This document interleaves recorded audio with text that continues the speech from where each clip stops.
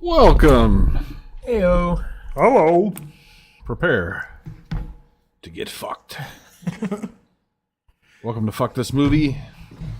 I am one of your hosts. I remain nameless. To my right, we have The one. the only, John Brown. He's too old to be cool. Yep. And to my left, the man who watched everything, Mr. Reese Sandweiler. That's me. How's it going, fellas? Oh, it's going pretty all right. Yeah, not bad So, at all. The torrential pretty storm decent. outside. Yeah, we're broadcasting during a thunderstorm, so we might get if shut this down. ends up being like a 3-minute video, it's because the power went out. It's Sorry. because the man was too scared of what we had to say. Yeah, that's probably true too. Yeah. Yeah, I don't think the man is scared of anything anymore. No, he clearly seems to be more and more aggressive. He's pretty confident these days. Does whatever the fuck they God, want. man's got big balls and a big mouth. Yeah. Anyway, so we normally start this off, and I say, "What have you guys been watching?" But we missed a week Yeah. because I was sick. I was bedridden for like 4 days. It was terrible. But I got to watch some stuff. Nice. And I got to ponder life and other things, and I got to thinking about something. And I brought this up with Reese. We had a bite and a beverage on Monday night, and I got to thinking about M. Night Shyamalan. Yeah. Yeah. And about how I'm kind of I've been more and more down on M. Night, and I was thinking that I think that the best thing he's ever done, outside of the first time that you watch The Sixth Sense, is I do still think that one is one of the better ones that holds up. Or holds up better. yeah. It's one of the very few. But of anyway, his. Unbreakable was always the one that I swore by. Yeah. And I got to thinking about Unbreakable. I didn't watch it again, but I've seen it enough times that I know. I know Right. Unbreakable. And I got to thinking about it, and there's this part where Mr. Glass, the Samuel L. Jackson character, starts talking to Bruce Willis's character, and he's trying to convince him that he thinks he's a superhero. And he gives him this little note that says how many days in your life have you been sick? Right. And from that point, Bruce Willis goes to his boss and is like, how many sick days have I taken since I started working here? And then he goes home and he talks to his wife, and he's like, Yeah. it's when have I been sick? And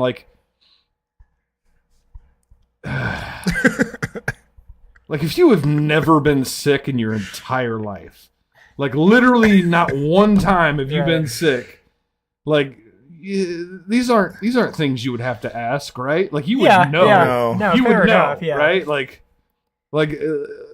I made the case. You'd be 11 years old, and the kid in class, and the kid next to you starts coughing. You're like, "What the fuck are you doing, man?" Yeah.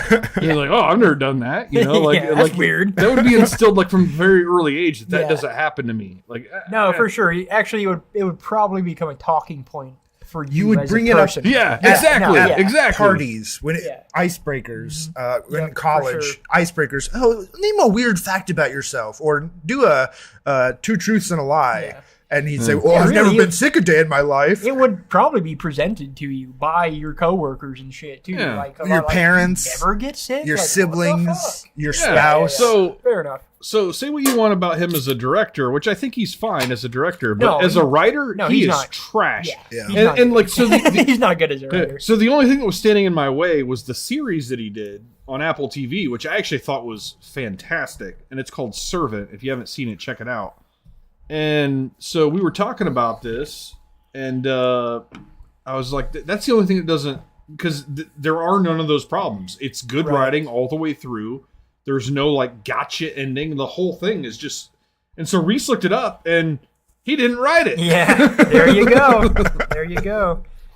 No, I mean, I think there are guys that are like that. I feel the same way about fucking Zombie. Yeah. I don't hate his directing, but he can't write to save his fucking life. And Yeah, when you scrutinize M. Night Shyamalan, the writing just is not. It's never really been there. No. I don't understand that. Why It's people? like a clever idea that he can kind of haphazardly smudge together. I gotta say, man, that him asking his boss, How many sick days have I? Like, dude, if you've never taken a sick day in your life, Yeah. you know that you've never yeah. taken a sick day. Yeah, You don't have to for ask sure. your boss. You know? Yeah. Honestly, he probably did take sick days because he just took fake. He's like, I'm sick. I gotta stay home. No, yeah, because yeah. his boss came back and was like, "You're right. We're giving you a raise. We got your point.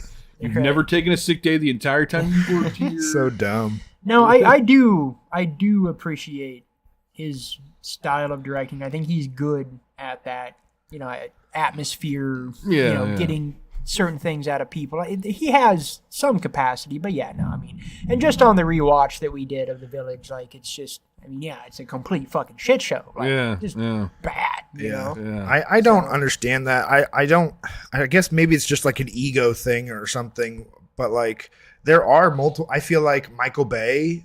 I mean, I don't know how much of his stuff he writes, but Zack Snyder definitely writes a lot of his stuff, and he'd probably be a great director if he took somebody else's source material. I don't understand why people like. I don't know. I can't argue for that. Maybe not a great director, but I think he'd be a much better director. Well, He's I mean, probably a someone else. subpar director. It would be director, but like that dude's defined, like really defined by one style. So Yeah. like no matter what, even if he didn't write it, like take this awesome, like super heady script and it's just gonna turn into fucking 40 minutes of slow mo. Yeah.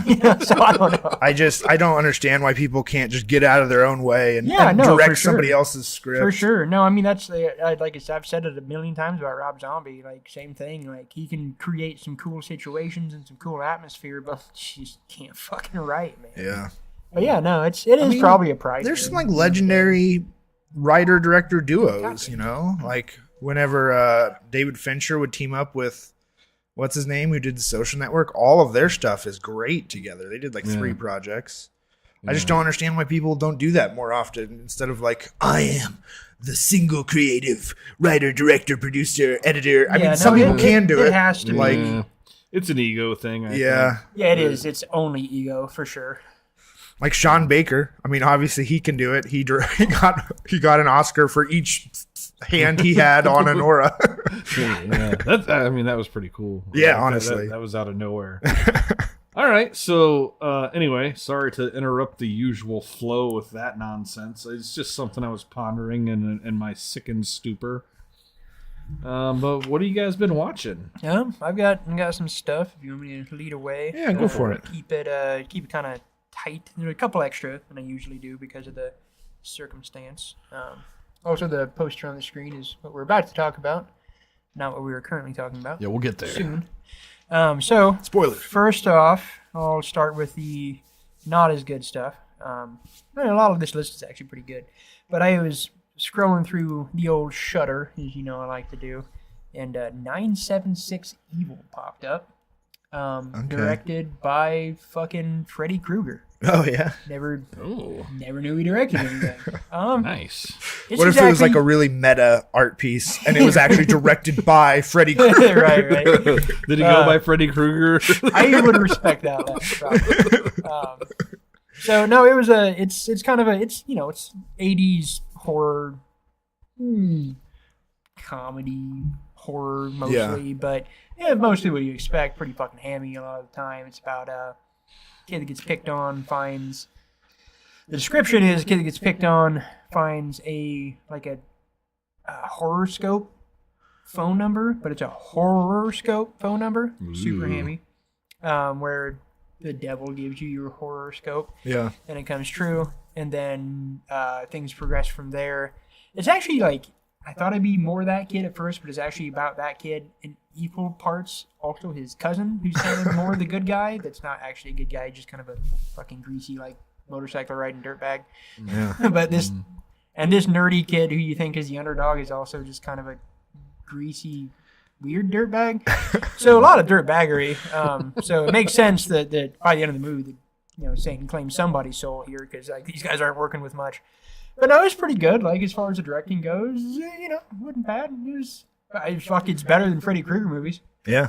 They aren't all created equal. No. But it was a fun romp at a certain point. Like the kid that gets picked on, once he finds the number, he ends up turning into essentially the devil.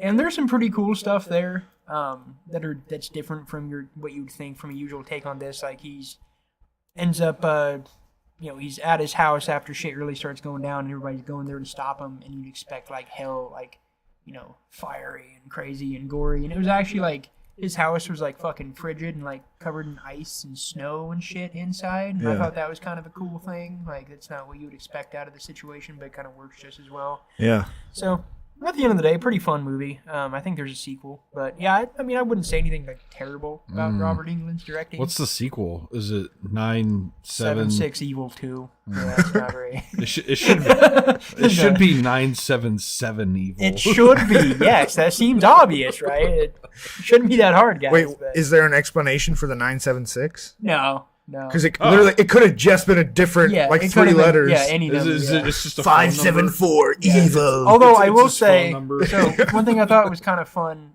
I didn't check to see if it was the same guy, but I'm pretty sure it's the same guy. At a certain point, there's a PI investigating the thing. Oh yeah. But there's never any rationalization as why this PI is investigating this thing. Like, I was immediately like, who the fuck is paying this guy? And there's points where he's like really like putting himself in danger. I'm like, who is paying you to care about this at all? Do you see like the moment where like suspicion like arises in the guy, or like does he just show up? No, he just literally shows up. So there's literally shows up investigating out of nowhere. He's just like doing a guy. I don't know. He's just a bored PI, I suppose. At the end of the day, yeah, so there's a funky thing. One of the first things that happens in the story that kind of sets it off is like after the cousin, the kind of good guy, he calls into the thing, gives him a horoscope about stealing money, which then he goes to his aunt's house and steals money, and then she like forces him out of her house after she finds him stealing her money. And then it starts raining fish.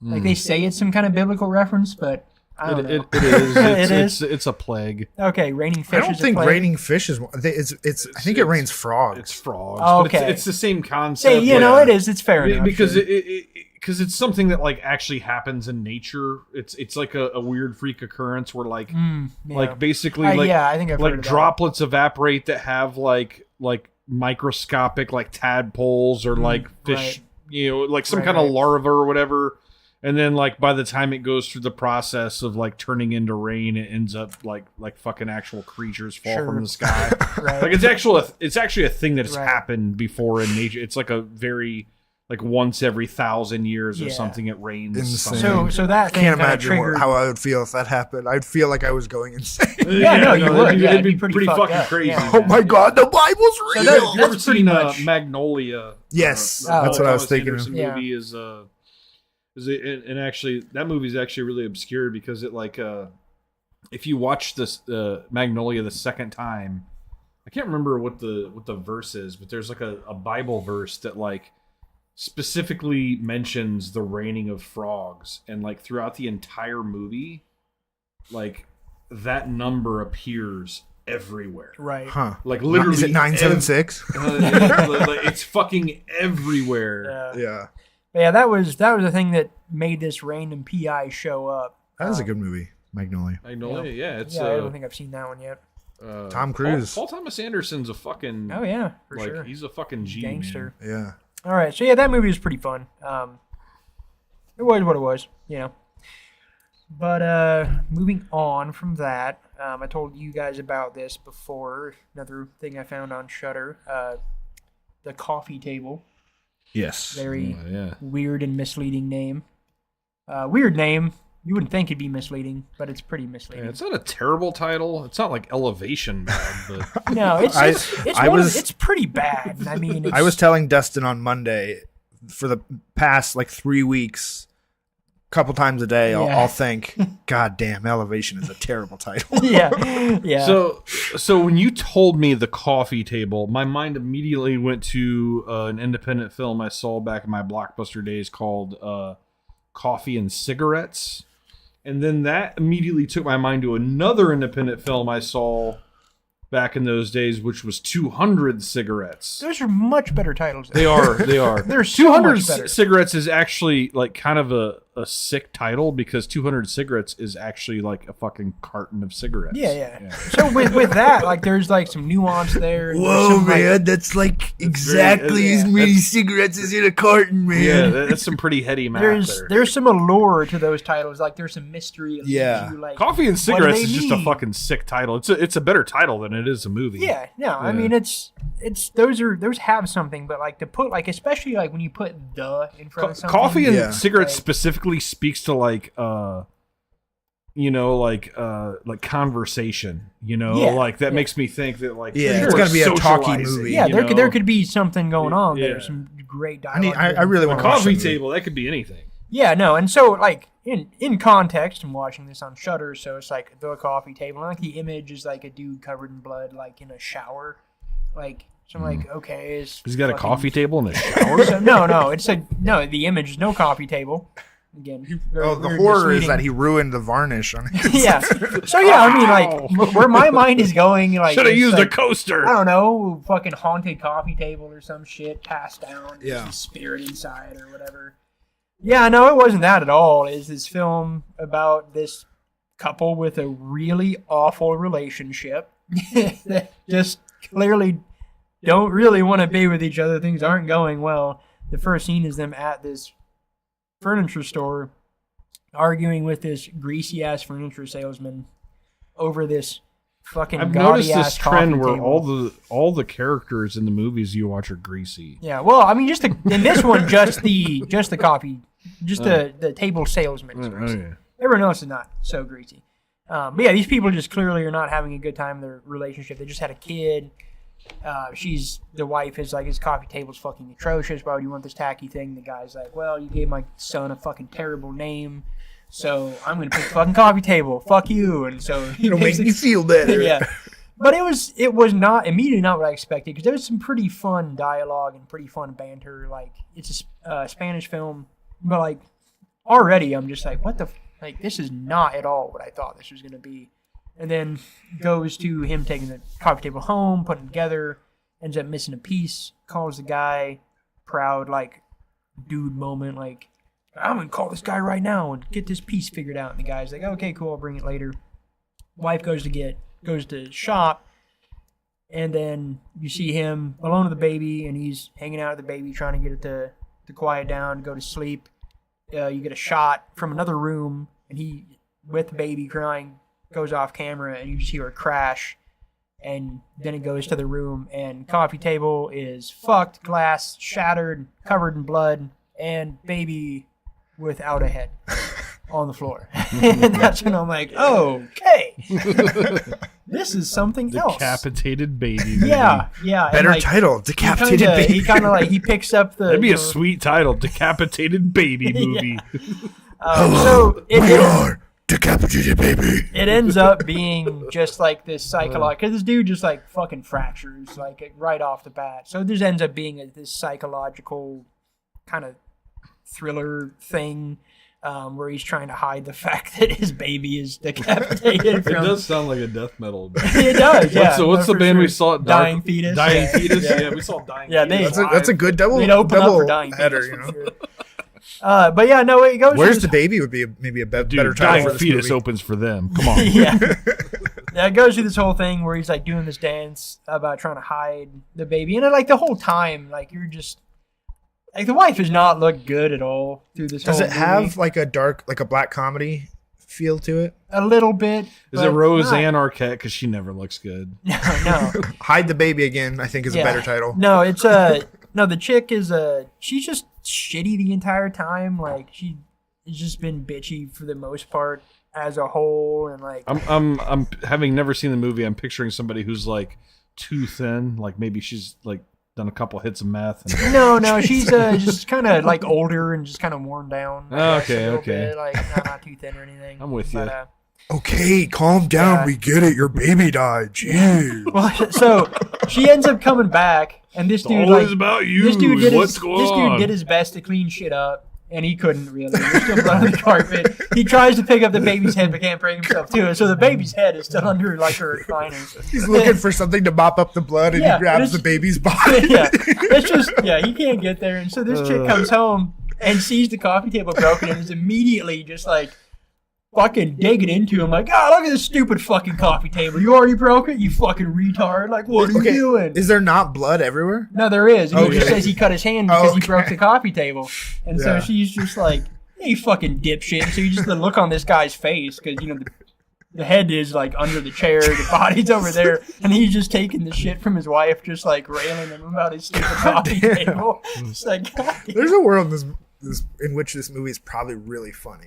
No, it was pretty funny. Like, it was a I ride. really want to see it. No, I'm not gonna lie. I It's on honestly Shudder? I almost wanted to pick it because it was like it was kind of great. I'm No, going over. I'm going to watch it at some It point. was resolved about what Sold. you would think, but you've got this tension building the entire time because you know this shit's just gonna fall apart at any moment, you know. But yeah, no, the chick is like, he's like puts the baby in bed and like, baby's sleeping, and she's just like, okay, we're gonna drink some wine and like we're gonna hang out, and like God, you suck. Like, you're not a good mom. You shouldn't have had a baby. You fucking shithead. Your baby was decapitated like 48 hours ago. You just still don't know. They like clean up the mess. They don't go to the hospital for him. No. And then they're like, okay, let's relax. No, yeah. And at Well, no point so- she's like, I should check on the baby. No. And she tries like Do they way tr- do later they- than she should. She Yeah. ends up wanting to try, but like she Yeah, doesn't it's take not anything. crying, so there's no reason to feed it. Yeah, she doesn't take anything to like derail. By the end of it, you know, I don't know. I do kind of want you guys to watch it. It's kind of cool. Yeah. It's way better than I thought it would be. It's way different than I thought it would be. So yeah, the coffee table. Stupid fucking name. I think dead baby jokes are kind of underrated. I mean, yeah, I mean, just given what you're saying about it, it doesn't even sound like the coffee, unless there's some like a vague feeling of like, ooh, the coffee table is cursed. No, or it's something. pure circumstance. It's really just like Yeah, that's fact. Like, it's a prop for what happens. Yeah. And it's Well, about it'd be- what happens. They wanted to call it, decapitated baby movie, but that's not marketable. Yeah. They went No, with and there's coffee table. like, and I mean, it does. Like, it slapped me in the face as something like I expected some cheesy bullshit, and it's like it ended up being a pretty real film, and like I did not see that coming because of the title of the coffee table. So that was. It's a hell of a thing to watch. Well, they were gonna call it decapitated baby movie, but then right at the last minute, a beheaded child film was announced. And like, fuck. You Well, can't they do that. didn't. So you know what? That title's still available. All right, so after that, I did watch Humanist Vampire Seeking Consensual Suicidal Human, I think is the Consenting. title. That's pretty close. Yeah. Consenting? Yeah, I think Okay, I think okay, that's yeah. right. Consensual. consenting. Yeah. Yeah. It's consenting. Yeah. It's pretty good. That's a hard title to memorize. Yeah, Yeah, I I was couldn't almost remember. there. But god damn it, was that movie fucking charming. Yeah. Like, you just can't be mad at anything there. Yeah. Fuck, dude, it was fun. It was just, I'm really wanting to watch it. it was so Yeah, nice. It you was should just a watch it. pleasant, it was like the most pleasant vampire movie I've ever watched. Yeah, Like, it's really like- quaint. It Yeah, no, kind of super fits in with quaint, like super almost like a charming. Wes Anderson vampire movie. Yeah, no, yeah, very much so. Not nearly as bright or anything. No, but in the yeah, writing. still pretty dark, but yeah. Have No, you it was- seen Only Lovers Left Alive? No, I really want to watch that one. But that's from the director of The Dead Don't Die. Oh, okay. Okay, And yeah. As a vampire movie, that and Humanist Vampire have very similar vibes. Nice. Yeah, that's been on my list for a minute. So Yeah. yeah, I definitely, it's a very fun flick. Great cast. The everybody does a great job. It's definitely a kind of different look at vampires for sure. I mean, even just like how they operate on their own. Yeah. Yeah, just super fun. Definitely recommend anybody that wants just a fun kind of romantic, like the scene where they're getting rid. Like, he's like, "Yeah, you can kill me," and she brings back to the house, and she like puts on music, and they just like she starts dancing, and then like a little awkward looks, and then he starts dancing. It's, God damn, it's adorable. Like, I'm not even a guy for that shit. I'm just like, you kind of warmed up my fucking ice brick of a heart here. Like, it's kind of nice. So yeah, that movie was sweet. I watched new movie on Netflix, which was, it is what it is. More enjoyable than I figured it would be. Electric State. With I've heard, unfortunately, a lot of Bobby bad Brown. reviews. but I I don't know. don't. It's really not that. The effects look pretty fun. Yeah, it's really not that bad. Like, Yeah. if there's a Who lot of else was in that? Chris Chris Pratt. Pratt. Chris Pratt. Yeah, which is like a fucking you know. And who's the girl? Oh, it's the girl The from Millie Stranger Bobby Things. Brown. Hey, or say the what hell you her want name about is. Chris Pratt. If there was ever an actor, it's like you can just drink beers with this actor. Yeah, no. Like He's I exactly- want to have beers with Chris He's Pratt. exactly who he is, and does what he does. I don't know. He's fine. Back in the day, like with the Guardians movies and stuff, but these days, like he literally like it's just like he's constantly preaching and shit. And it's like not in his movies, thankfully. Right. He's not doing Yeah, it in the yeah. Christian movie shit because obviously he knows he's Right. still marketable. But yeah, I don't know. He just lost a lot of charm for me. I was glad he still held up in Guardians 3, though. I thought he Yeah. was still great. Yeah, I mean the performance here was good. Like I could see where people could shit on this movie. It's kind of a weird thing. There's only probably one kind of awkward thing in the writing that I'd have to criticize, but otherwise it is kind of exactly what it is, and it's kind of a cool take on a thing because it's like it's this futuristic scenario or setting, but it's not. They place it in the 90s, but it's like clearly like high levels of technology. It's but like, then just kinda steampunk, but yeah, well, so they set in the reverse, 90s. like they reverse the thing. Not really reverse, but they rationalize the high technology. Like we've had robots since the 30s through Disney. yeah. Like Disney made Kind of like started. a Fallout, kind of. Yeah, yeah. And so at a certain point, there's a robot war when the robots want to stop doing what we made them to do.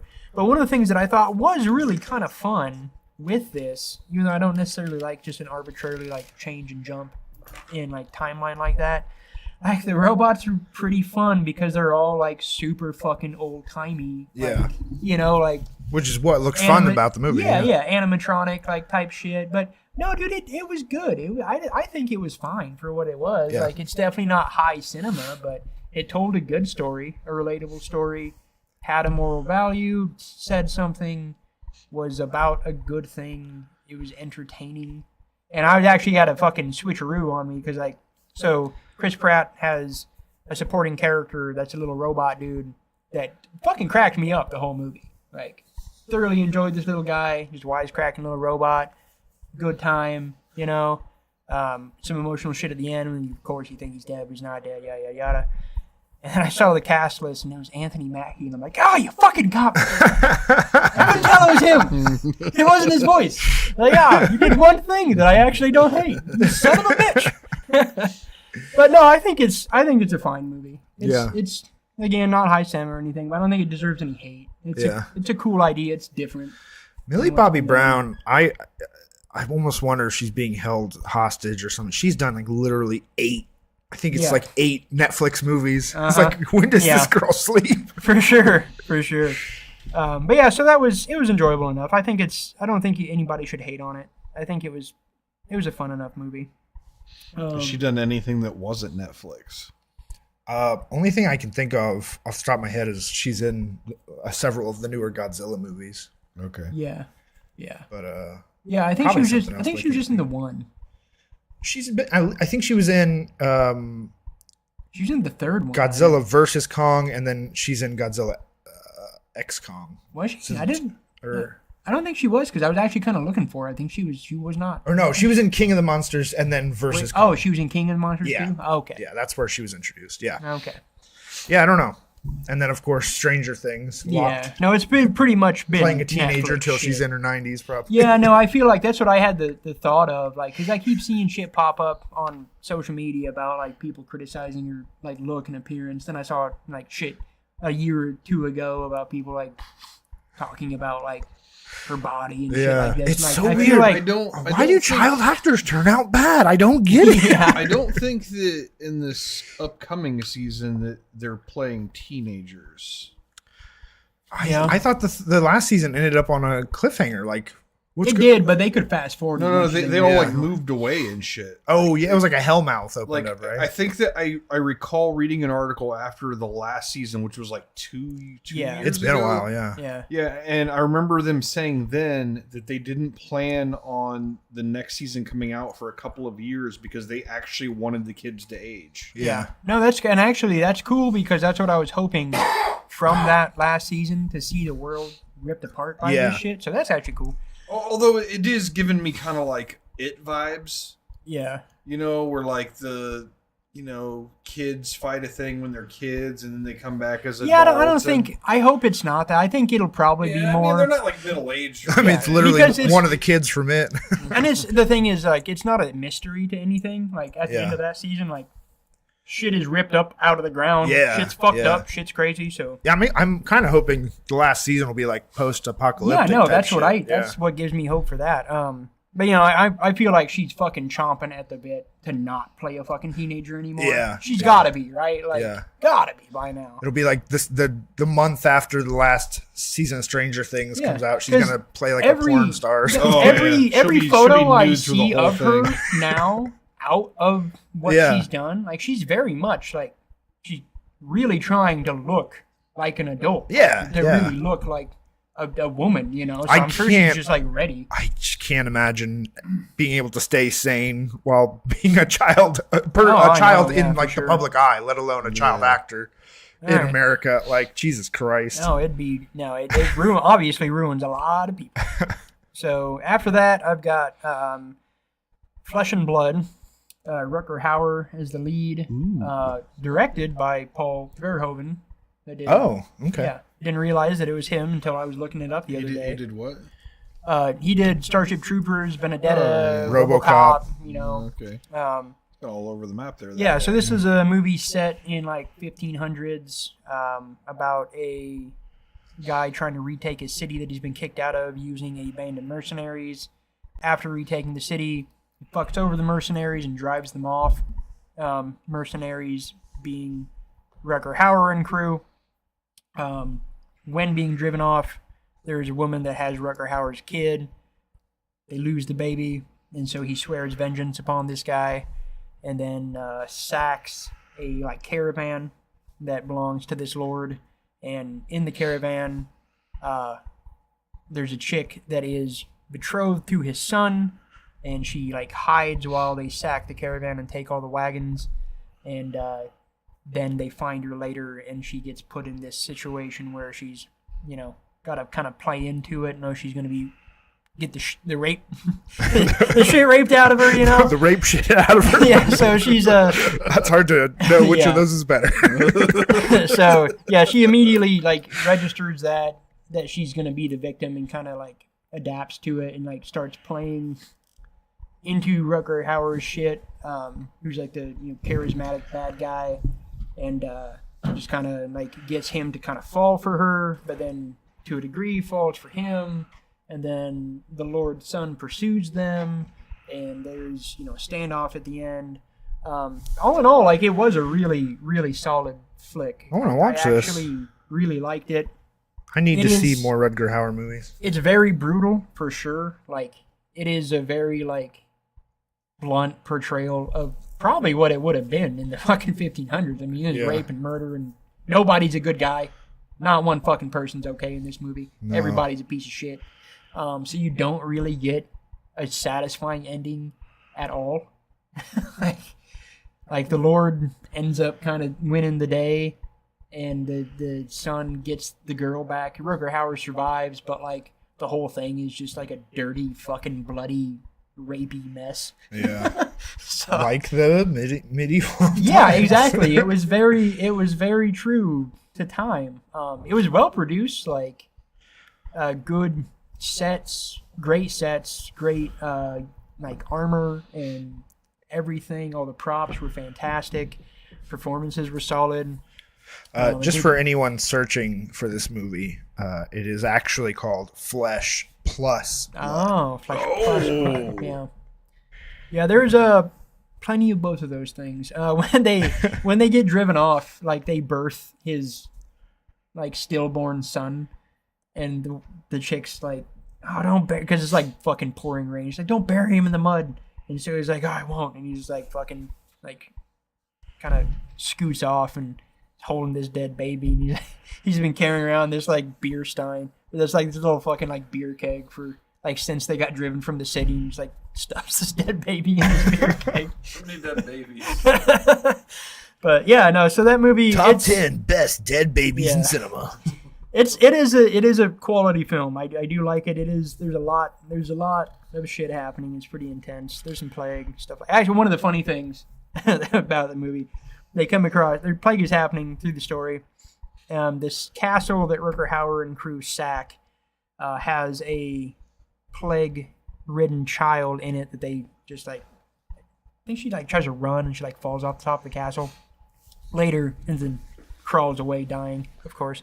And later, like the Lord's son or the Lord's army finds this kid and like picks her up, and she dies in this guy's arms. And he just straight touches this fucking boil of plague. And he's got shit all over his head. He wipes his face. So obviously he gets the plague.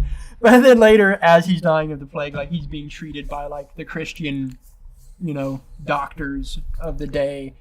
And I think he or somebody is like, "Oh man, you gotta lance the boils. Like Middle Eastern doctors have learned that like you can lance the boils and it helps." And this Christian doctor's like, "It's fucking poppycock. No fucking Muslim's gonna tell me how to doctor." Something to that effect, of course. But yeah, it was exactly that. it was pretty fun. So the last thing on my list, I did watch Heretic finally because it got put on HBO Max. Yeah. Fucking so good. Yeah. So good. I want to rewatch it since I got interrupted in the theater, but yeah. No, it's his performance is just fantastic. It's really the first like half of the movie is very satisfying. Yeah, no, it is. Is this like an actual horror movie or well, so more of a suspense? it's a suspense thriller, more than a horror. But I would say the thing that it did really good at being was being a real horror movie for people of the faith. Yeah, honestly. Because if you were a Christian or a what are they? Jehovah's Witnesses. Jehovah's Witnesses. Yeah. What are watching this movie? It would be terrifying. No, I think they were Mormons. Mormons, yeah, they were that's it, Mormons.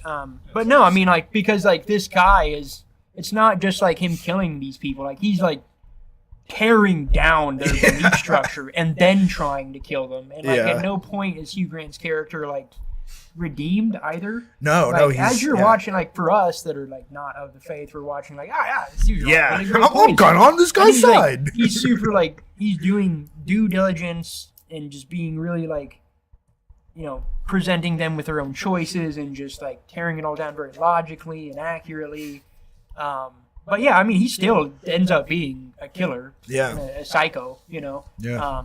So like really at the end of the day, like I feel like this film is like attacking religion, but it really is kind of the perfect horror film. Like I could see this movie really being like it's like scary to those people. It's attacking like being stuck in your own ideology. So like it's just as much negative towards how he is treating them and how he's going about this as it is.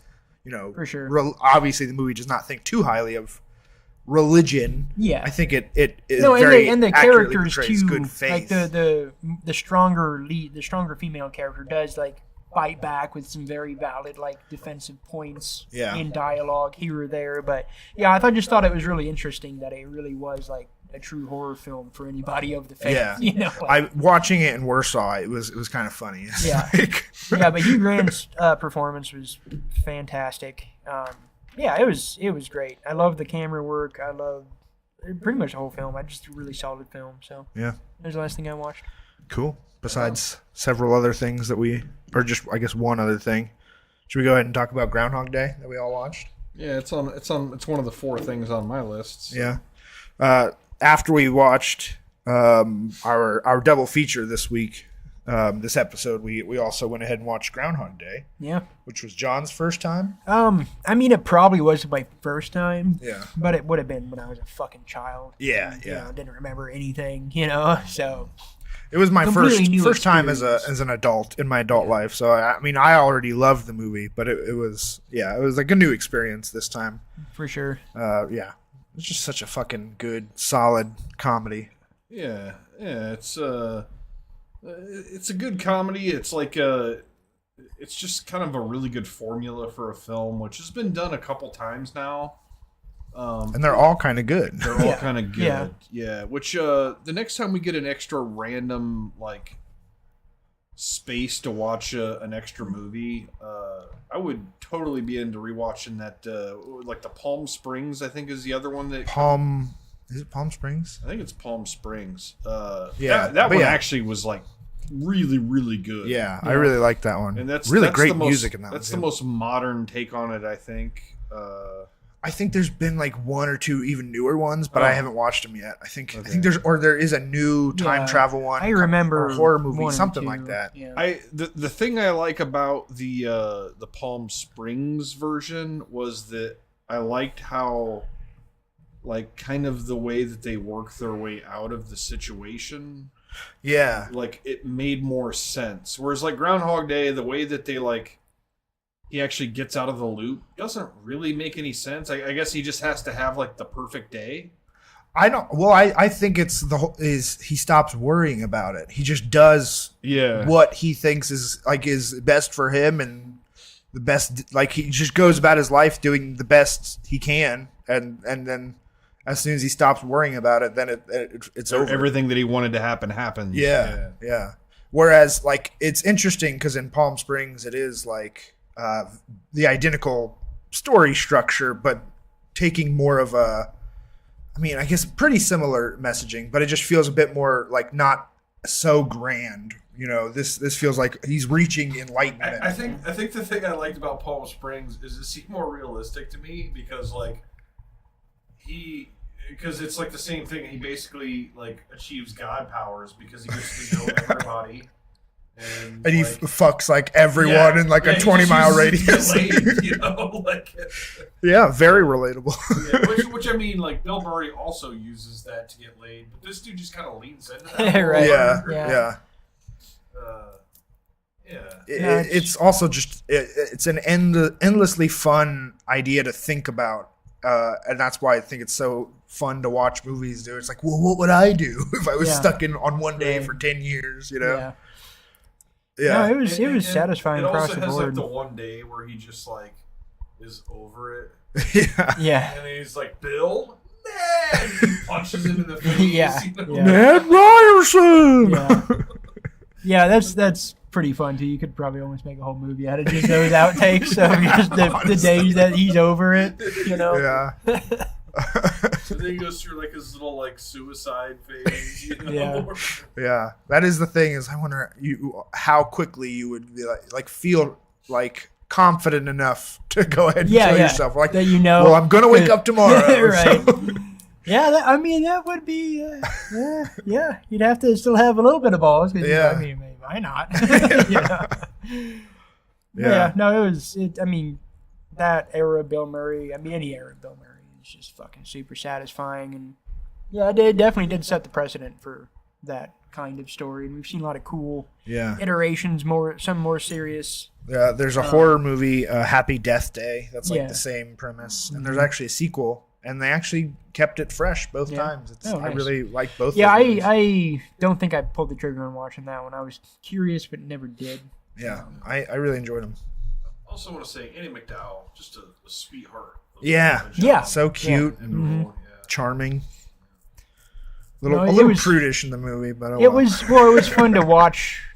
It was fun to watch that relationship develop. Very much the same way that it was kind of fun, even though it was much more over the top movie. The one that you picked, that was Edge of Tomorrow. Edge of Tomorrow, yeah. Or no, yeah, that's the same. Yeah, same kind of same kind of fun there, title. just watching the relationship develop in different ways, through the different attempts, you know. But yeah, no, it was fucking awesome. Yeah. Okay, I'll keep going then. I don't know if we feel like talking about it now. It feels like pretty past the fresh date, but this is our first episode since the Oscars aired.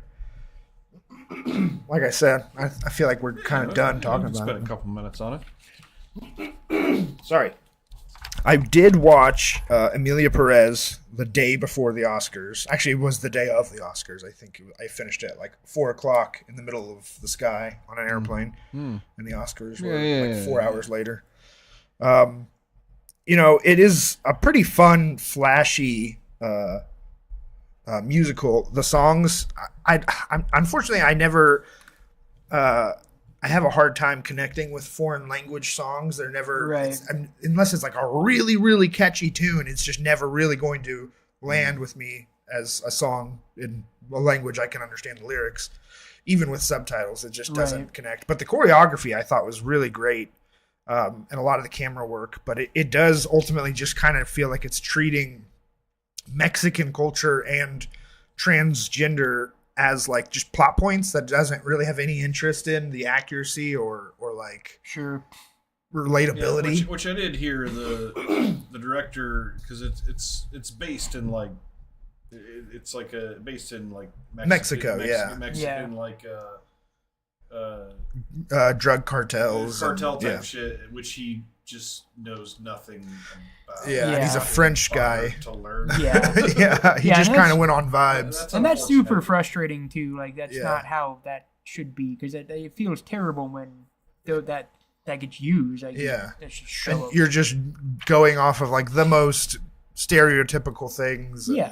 Completely obviously just basing your image of Mexico on other movies about movies. I think I know the gist of it. I saw what's the assassin or Sicario. I saw Sicario, and the sequel. Traffic. I think I know what I'm talking about. But yeah, I had to watch that one just because I'm definitely beyond watching all of the movies that get nominated for Oscars, but I tried to watch all of the Best Picture nominations at least. And I did manage to watch 8 of the 10 this year. So it was definitely my least favorite, but And then, I think I was the only one who watched the Oscars, but there were definitely a few surprises. Nora swept fucking everything. For the last 3 awards. Yeah. I was pretty relieved that Demi Moore didn't win Best Actress. It was not a worthy performance. But I was disappointed that Timothy didn't get the Best Actor. Who did get Best Actor? It was Adrian Brody for The Brutalist, right. Which it's a great performance. It's come out since that have you heard this? The AI thing? The AI? It's really been blown out of proportion. So basically what it was is for any of the the scenes where it's him and his wife speaking Hungarian, they just used AI to kind of perfect the accent on it. That's like kind of all they did. And I know like AI's... It's basically he won an award for Best Actor, and they had I do. I'm not one that's gonna shit on AI completely as an artist a lot of the time, but like when you're talking, that doesn't feel. I don't know. Like I'm definitely not in favor of AI in most cases, and I definitely think. Like, I guess what I would say. Like doping for the Olympics. Well, yeah. So but like if you watch the movie, he only speaks like they only have like conversations. He better be fucking phenomenal because for like a total of. No, Temmie was phenomenal. Yeah. I mean, they don't. It's only for the scenes where they're speaking Hungarian, and it's 2 actors who are not Hungarian native language. So speakers. I would say that it doesn't really affect it doesn't affect the performance, and that's what we're talking about. So it's really not. Yeah, I guess it doesn't really come into play that much for the subject at hand, but I mean, it's also just you can't just put the work in. Yeah, I don't know. I mean, like, and the weird thing is, it's like it sounds like it basically would only be noticeable to people who speak Hungarian. Like, like to the normal average viewer, and that's with or without it, you wouldn't have noticed. That applies to. I mean, like, so if you ever hear a British guy trying to have an American accent, it's not on point. Yeah. You're gonna be like, it's fucking guy. Yeah. You know, so like. Yeah, of course a Hungarian, like, maybe it's only relevant to a Hungarian, but at any point that somebody's like, this fucking guy, like, maybe they should have tried harder. Like, I don't know. But that's what I mean. It's like, it almost feels like it wasn't even worth the controversy, because, like, what was maybe 0.5% of their viewers were actually spoke Hungarian? For me, it's just like... it's the principle. For me, it's the principle. Best performance of the year, we had to bring in some AI to get the accent down on the Hungarian part. So it's like, okay, you had to digitally alter the best performance of the year. I got it. You know, I was trying to like convince myself to be not annoyed at it, but it's like it's principle. Like at that level, like if this was like, you know, it's made for TV shit or something, you know, but like when you're at that level of thing, I feel like anybody. That makes me want to give Timmy the award anymore, even more, because they didn't have to bring in AI to now, make him sound exactly. It is a really small thing, and I get that, but if it's so small a thing, and there's only a handful of scenes that it even applies, if it's only a handful of scenes, you couldn't just. No, yeah. Ultimately, I feel like right? it was kind of unnecessary, regardless of ethics. Honestly, at that point, it's after he did the performance. Like, he's already done the performance, but they thought that they were like, we really need to tighten that part up. Like, I mean, I don't know. No, it probably shouldn't have been done, and it's definitely not worth it's not worth controversy. But when you get to a point where you're handing out awards that, you guys fucking argued about this award for how long the last episode? People care about these awards, so this is like a real thing. If we're talking about real awards, and this is coming from me as a tattoo artist that has to watch shitbag tattooers be fucking held on high and put on pedestals for shit that's just not really there. Like, it is kind of bullshit to me. Even it wasn't his decision. It may not be that impactful, but if you're an artist and we're talking about awards for your craft, it's kind of a big deal, even in a small, tiny sense. Yeah. It may be kind of inconsequential, but we're talking about craft. Yeah. It's the same thing when we watch Nosferatu, and it's like, everybody's fucking in Germany speaking the Lord's English, and I know all these motherfuckers can speak German or can have a German accent if they wanted to. I don't know, man. If you're, it's a little annoying. At the end of the day, I thought Timmy was going to win no matter what going in, and then I found out he did. I'm like, oh, well, I certainly hope that when I watch The Brutalist that he is amazing in that movie. And then I heard this shit come out about this after the fact. They're just like, well, this isn't making me any more like. You should definitely still watch The Brutalist. It's a really good movie. No, I'm sure it's a solid movie, and I'm sure his performance was. I know he can do great performances. Yeah. It's really annoying that the whole thing is fucking tarnished. Yeah, because of that. It's that's the annoying thing. Like, it didn't need to happen. They didn't need to do it. Like, why the fuck did they even do it? They have a Hungarian specific fucking focus group. They're like, that's bullshit. I don't understand that. Yeah, that that's really. And that's an edit. That's, I mean, at this point, the actors have already been wrapped. This is an editing decision. It's disappointing. Yeah, then you kind of wonder if like the actors even had a say in it. Oh, they don't. They couldn't no, don't do that. You see how movies made. Like, once you get to editing, the actors are gone. Yeah. They have no say in the final. Yeah, no, and so it's definitely no slight against him, but it is fucking. It's annoying that they even. I was disappointed Edward Norton didn't win either for that's the same A Complete Unknown. I thought he was incredible. Kieran Culkin got Best Supporting Actor for A Real Pain. Yeah, have you seen that one yet? Yeah, I mean, I thought it was good, and he's good in it. It's I don't know. I was blown away by Edward Norton in A Complete Unknown. He's very good. But yeah, Nosferatu got a couple technical awards. Dune 2 got a couple technical awards. It was a nice night. There were no real upsets besides. No, nothing that made me too mad. But yeah. I was surprised Anora won all of the awards. One dude, the dude won for producing, editing, directing, and writing. Yeah, that's for the same movie. It's never happened before. Yeah, that's pretty cool. Oscar history. That's pretty nutty. Yeah. Let's see. I watched an anime film called Miss Hakusa. Kind of a period piece based on a true story. Really gorgeous artwork. I don't know how much anime film you watch. It's about an artist and the daughter of an artist in feudal Japan. Nice. It's kind of almost like a slice of life type thing, but there is, a deeper narrative. Just an animated drama. Yeah. Essentially, yeah. Yeah, but beautiful animation. Really like that. I watched. Okay, so I share my Voodoo login with a lot of friends, and I like to do that. I like to share. But the way it works is if anybody who has my password rents or purchases a movie, I get charged for it. Yeah. And so somebody, for some reason, rented the animated movie Storks, on my Voodoo, and I texted literally like a dozen people to figure out why I paid Nobody wanted to own up. $4 for Storks. I think I saw that on your blog, and I'm like, whoa, he watched Storks. Yeah, I paid $4 for it, and since when you rent it, you get it for about 2 days, I think. And so it's like, well, I fucking paid for this movie. Yeah, I'm gonna watch it. It was so forgettable. It was very bland. So whoever Reese's compadre is that charges credit card for Storks, fuck you. Yeah, and please come forward. Yeah, please come forward so you can be removed from. Yeah, you won't be punished too hard. Oh, did you knock something over? It's fine. Oh my gosh, it's on the computer.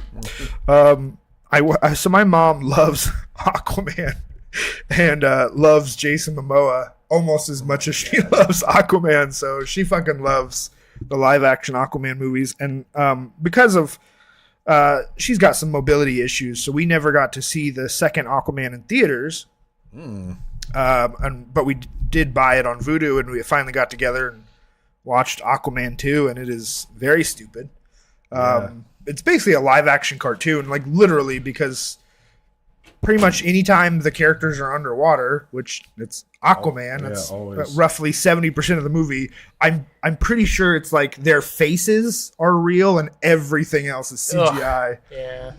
Occasionally it looks good, but fun story about Aquaman, because it's like it's March Madness starts tomorrow. It's that time of year. Everybody's doing their brackets. And anything bracket related, this is the time of year that people do it. I'll never forget. This is probably 15 years ago. I was listening to this ESPN radio station that I liked, and this guy was, for March Madness, he was doing a brackets of superheroes, and just kind of letting the listeners vote. Yeah. And he's like, all right, and this segment, the vote is, and it was Aquaman versus someone who's an Aquaman. He's like, me personally, I always thought he was kind of a fraud. There's no crime underwater. I always thought that was a really good line. Yeah. I think there is meat to the character of Aquaman. They're not even attempting it with the Jason Momoa Aquaman, because he's just like a Thor knockoff. Yeah. Which is so far from the parts of Aquaman that are interesting that it's just Yeah. No, but my mom gave it 5 out of 5 stars. So. Nice. Yeah. But women like that guy. A lot, yeah. He just grunts his way through most of his roles. Yeah. I do want to point that out. Yeah. No. He's gotten the conversation. In the Aquaman movies, definitely not in the Justice League movie, but in the Aquaman movies, he's got a lot more character. He's just a cartoon character. Yeah. I watched the Robin Williams 2002 movie Death to Smoochie. Yeah. Have you guys seen this movie? Yes, I have seen that movie. I've seen it a long time ago. It's not for everybody, but I kind of like it. I liked it. It's a dark comedy. Yeah. Edward Norton also in this flick. Yeah, and great in it. Just, I don't know, put this right next to, Fight Club or something. It's insane. Yeah, it's like the ultimate rival between furries. Yeah. Well, it's just so funny. And it's honestly aged really well, because the Robin Williams character gets canceled right away, and then he continues to try and get Edward Norton's character canceled in all these different ways, and it just backfires and makes him look even worse. I have a fun quip about Death to Smoochie. Yeah. I had a conversation with a buddy years ago. This is when Kill Bill 1 came out. And I think it just come out on it'd come out to video or DVD or whatever. And I was like, hey man, you see Kill Bill yet? No, I didn't have any interest. I'm like, what? Why? It's amazing. He's like, I didn't like Death to Smoochie, so I don't know why I would like Kill Bill. I'm like, your logic doesn't make sense. Yeah. Kill Bill. Yeah. Okay. I thought, I think I'd lowered my standards over the year, because obviously when I first heard about it, I was a kid. It was Right. Robin Williams, and then I heard it was rated R, and I wasn't allowed to watch it. It's oh, that movie probably sucks. Yeah. But I really enjoyed it. I thought it was very fun. Also directed by Danny DeVito, Yeah. Oh, Love interesting. Absolute Very, legend. very dark comedy. I only Yeah. saw it the one time, but I did really No, enjoy it. It's since like I you said, it's mentioned it, aged fantastically, especially with I'd really like to watch it again. like YouTube stars and shit and sellouts and How that's going. really like it. I'll save that for later because you saw that in theaters. I watched because I watched a certain movie in theaters. I was on a Robert Pattinson kick, so I watched the David Cronenberg movie Cosmopolis, which is again not for everyone. Say Twilight. I watched all 4 Twilights. There were 4? Yeah. Jesus Christ. No, so it is not for everybody. You definitely it's a David Cronenberg movie, so it's not going to be. and even if you like actually, it's probably not for most people. even if you like a decent amount of Cronenberg movies, it still might not be for you. So it's oh man, it's just weird. It is very weird, but very enjoyable. If you're a real big David Cronenberg fan, just don't expect it to be anything too easy. I mean, wow, how could you? David Cronenberg, man.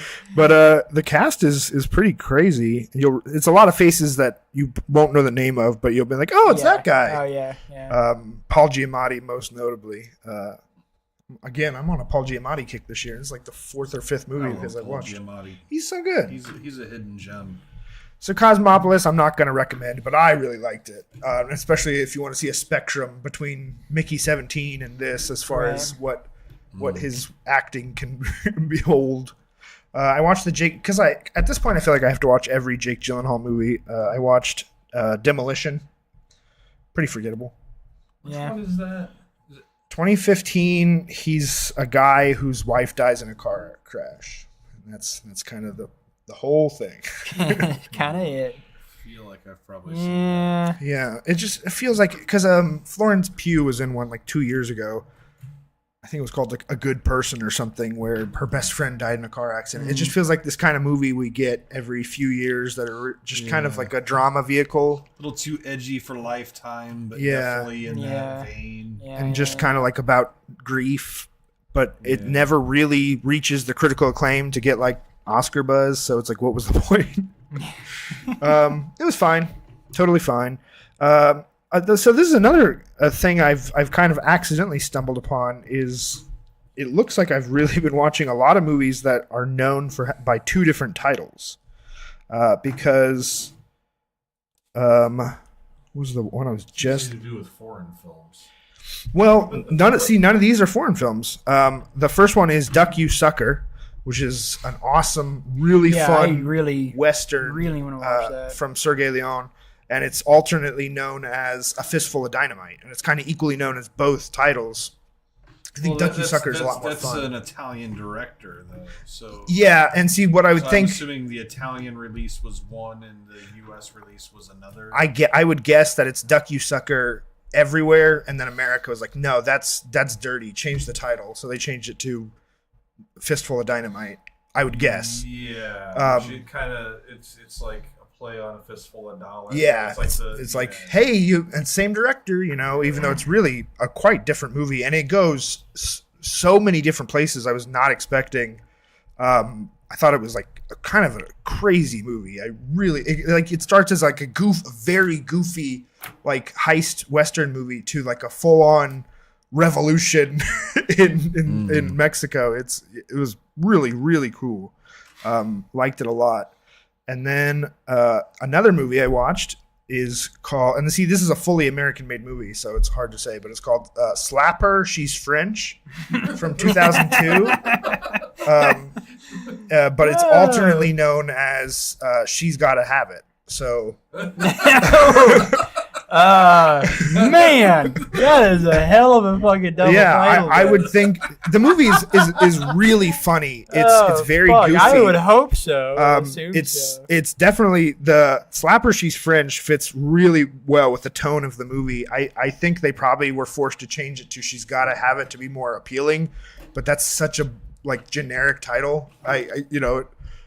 Somebody in the movie at one point says she's gotta have it, but it's kind of worse. Yeah, I like Slapper. She's French. Oh shit. But it's a real funny early 2000s, very goofy, like high school comedy.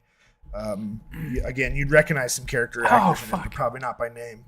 And You said high school. I totally forgot something I definitely would have mentioned. I watched The Faculty. Just fucking want to love say The that Faculty. movie actually held up pretty. I need to rewatch that. I really like it. Just had to throw that out there. Sorry. Then the last one I watched is a time travel movie. Again, known by two different titles. It's either known as The Grand Tour or Timescape. Timescape, I think, is, again, super generic title. Yeah. I don't know why there's like, no, let's change it to something generic. Yeah. But Well, the Grand Tour doesn't really make know any why. sense unless you've seen the movie. Right. In which case, it's kind of a spoiler for the movie, so it's really hard to say which title's better. Yeah. I see that. But I thought Timescape was a very fun, like very unique. Well, honestly, not too fun. It's kind of deals with some disasters and stuff, but a very interesting time travel. Fun tale. tragedy. Yeah. The best kind. It's Jeff Daniels is the lead, and Ooh, he's kind of one of those guys you just need a reminder every once in a while. That he's Yeah, just a really yeah. fucking Really charming good. guy. Jeff Daniels is actually like good. I think Yeah. people like forget. Yeah. Like, have you ever seen The Purple Rose of Cairo? It's I think it's like the one Woody Allen movie that I like, and like he was good in like Pleasantville. Like, give him those like Yeah. artsy kind of like roles. The Squid and the Whale. Yeah, he's Yeah. really good in those types of roles. And, like, every time you put him in a comedy, it just feels like it cheapens. Like you Yeah. kind of whore him out a little bit. You know, you Right. put him in Dumb and Dumber, and it's just like, god damn. Yeah. But I think that's kind of what's crazy is how well he can do both. Yeah. Arachnophobia, I thought he was like really great. He kind of elevated that movie for me. Right. And then he was also really good in The Martian. Yeah. he Smaller was. smaller role, but yeah, Timescape. It's basically what it turns out is this tour that is coming through town, and they are from the future touring huge disasters through history, and Jeff Daniels finds out and figures out there's about to be a disaster. And honestly, there's some really cool effects shots. I recommend this one highly. It might be hard to come by. I purchased it on Vudu a little while ago. It was on sale for $5. I think it's probably on Shudder or something. Yeah. But yeah, There's a lot of shit on Shudder. yeah. There's a lot of weird random shit. I on honestly there. could probably take a break from some other streaming services and spend some more time on Dude, Shudder. if you want to watch, like, it's a fucking rabbit hole, man. And they usually don't lose things, so there's like, yeah. especially if you just want to watch some No weird- one's fighting for these ones. Yeah, no. If you want to watch some weird, obscure shit, dude, that Shudder is the place. Yeah. for sure. And then the last thing I watched, which I think will segue into Dustin's stuff. Let's do it. Bong Joon-ho. Yeah, Bong Joon-ho's new film, Mickey 17, and I guess we won't get too spoilery because you still haven't seen it, right? I haven't. I don't care about spoilers myself. The but- listeners also haven't seen. So, spoiler alert: if you haven't seen Mickey 17, maybe skip forward past the next 30 seconds. But I do recommend going to see it. Yeah, I in really theaters. would love to see it. Yeah, Yeah. really good. Reese saw it before me, and he threw it out there that he thought it was Robert Pattinson's best performance, which I'm kind of thinking, like, I don't know, man. The Lighthouse, he's like really good in The Lighthouse. I watched Mickey 17 last night, and yeah, I kind of think Mickey 17 is his best performance. Yeah. I'll get a little spoilery here. He kind of plays multiple characters. Yeah. Like Mickey 18, like the name of another character he plays in the movie. Like, you can kind of see where it's going with this. Yeah. And but the character Mickey 17 is really what did it for me. Because Yeah. like it's just so different that like it's just like the fucking loser, like kind of like Lovable idiot. lovable Yeah. idiot. Yeah. He like does nothing to no one, and everyone treats him like absolute garbage. Yeah. Yeah, and he's just kind of like clueless about it. Yeah. And also, it's not just like anybody can play like dumb, but like the voice, man. Yeah. Like the voice he has for that character. I mean, talk about is like British fucking- people playing Americans. Like, there are not as many people who can do a range of American accents like Robert Pattinson. Yeah. He is honestly incredible. Yeah, I was blown away by his performance. As far as the film itself, it's fucking it's goofy. Yeah. And it is by far the goofiest Bong Joon-ho movie I've Yeah, seen. I would say it is wacky. it's like a straight up comedy. It is, and a fun one. Like it was Sci-fi comedy. I was not expecting how much of a comedy it actually is. Yeah. Really loved it a lot. I think Molly liked it. I don't know if she loved it as much as I did, but she liked it. So, Yeah. Yeah, it was a great time at the movies. It's I was gonna say Mark Ruffalo. If you liked Mark Ruffalo and Poor Things, Yeah. he's very much in the same zone. Okay. He's so funny. Molly told me after, she's like, his teeth were fucking just like bothering me the entire film. And he plays with them. He like licks them through the movie and stuff. Oh gosh, Nice. they're like giant white Yeah. teeth. Yeah. He's basically playing. He's got him like up, like, Yeah. like Yeah. He's just right out there. in He front of you breathes the like entire open time. mouth, like Yeah. Nice. Mark Ruffalo's fun shit. He is. This like it seems to me it's like they were like, okay, take what you did in Poor Things and kind of Jeff Goldblum it up a little. Yeah. and like that's the performance he turned in. yeah. I would say kind of same comedy area as Poor Things too. I mean, nothing. You can't really compete with Poor Had a Things. lot of the but- same vibes as Yeah. Poor Things. Really enjoyed the film. Yeah, fantastic movie. Highly, highly recommend it to anyone who likes comedy or sci-fi. And then I'll pass it over to Dustin. Yeah, so Pass you guys it on covered the over. two movies I was going to go over while I was in my deathbed. I had never seen Squid Game, so I watched all of it, seasons 1 and 2 over like a 36-hour period. Yeah. Dug it. Yeah. It's Very solid. much a modern take on The Running Man is kind of what I got from season 1. Season 2 was like really surprising. to No, me. it was. I was going into it. I didn't know what they would do. I just kind of assumed with it would be like formula, like Yeah. we get new characters and new games. right, and it's right. like the same thing, just with different. And it's not that. No, yeah. The characters play it differently. There's a lot of No, different and dynamics happening. It kind of like starts immediately when the first one ends, and it's just Yeah. like you learn that the hero from the first season is just like, I'm gonna take this money that I made from this game and use it to destroy this game. No, Like, it was really. and that's just a really cool concept to Yeah. continue that story, you know. Yeah. And, so really dug that. I definitely kind of had the vibe, like I assume you've seen all the second. Yeah. It definitely had that feeling like when I watched The Two Towers the first time, where it didn't really have a beginning and it didn't really have an ending. Right. Like they're clearly. Oh, like, yeah, It's not like they Now, and left it open for a third one. It's like it just stops in Yeah. the middle of the action. Yeah. No. And I It's. think it actually says like to be continued. Oh Like, yeah, like, yeah, I yeah. mean, it yeah. literally No, is it's just like it is continue. It is gonna finish up, and I am. It's it really doesn't honestly even pretty stop at a exciting. good point. It's It's not even a it's cliffhanger. Super It's just abrupt. like Yeah. things are going and this is where we're going and okay, we'll see you in a couple months with Yeah. season 3. No, it's and I do super think that abrupt. season 3 comes out like in this summer. Like, Yeah, they so, probably just kept filming. It's Yeah, like, yeah, for we're sure. making this happen.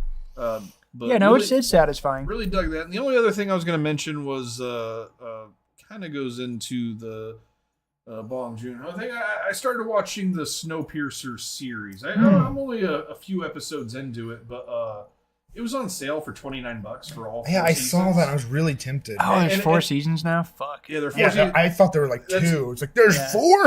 It's the entire series for $30, and it's not streaming anywhere. So like, no, so the I mean, it is streaming somewhere, but it's somewhere that you would never season want to, subscribe to. season 1 is on Shutter. That's how I watched it.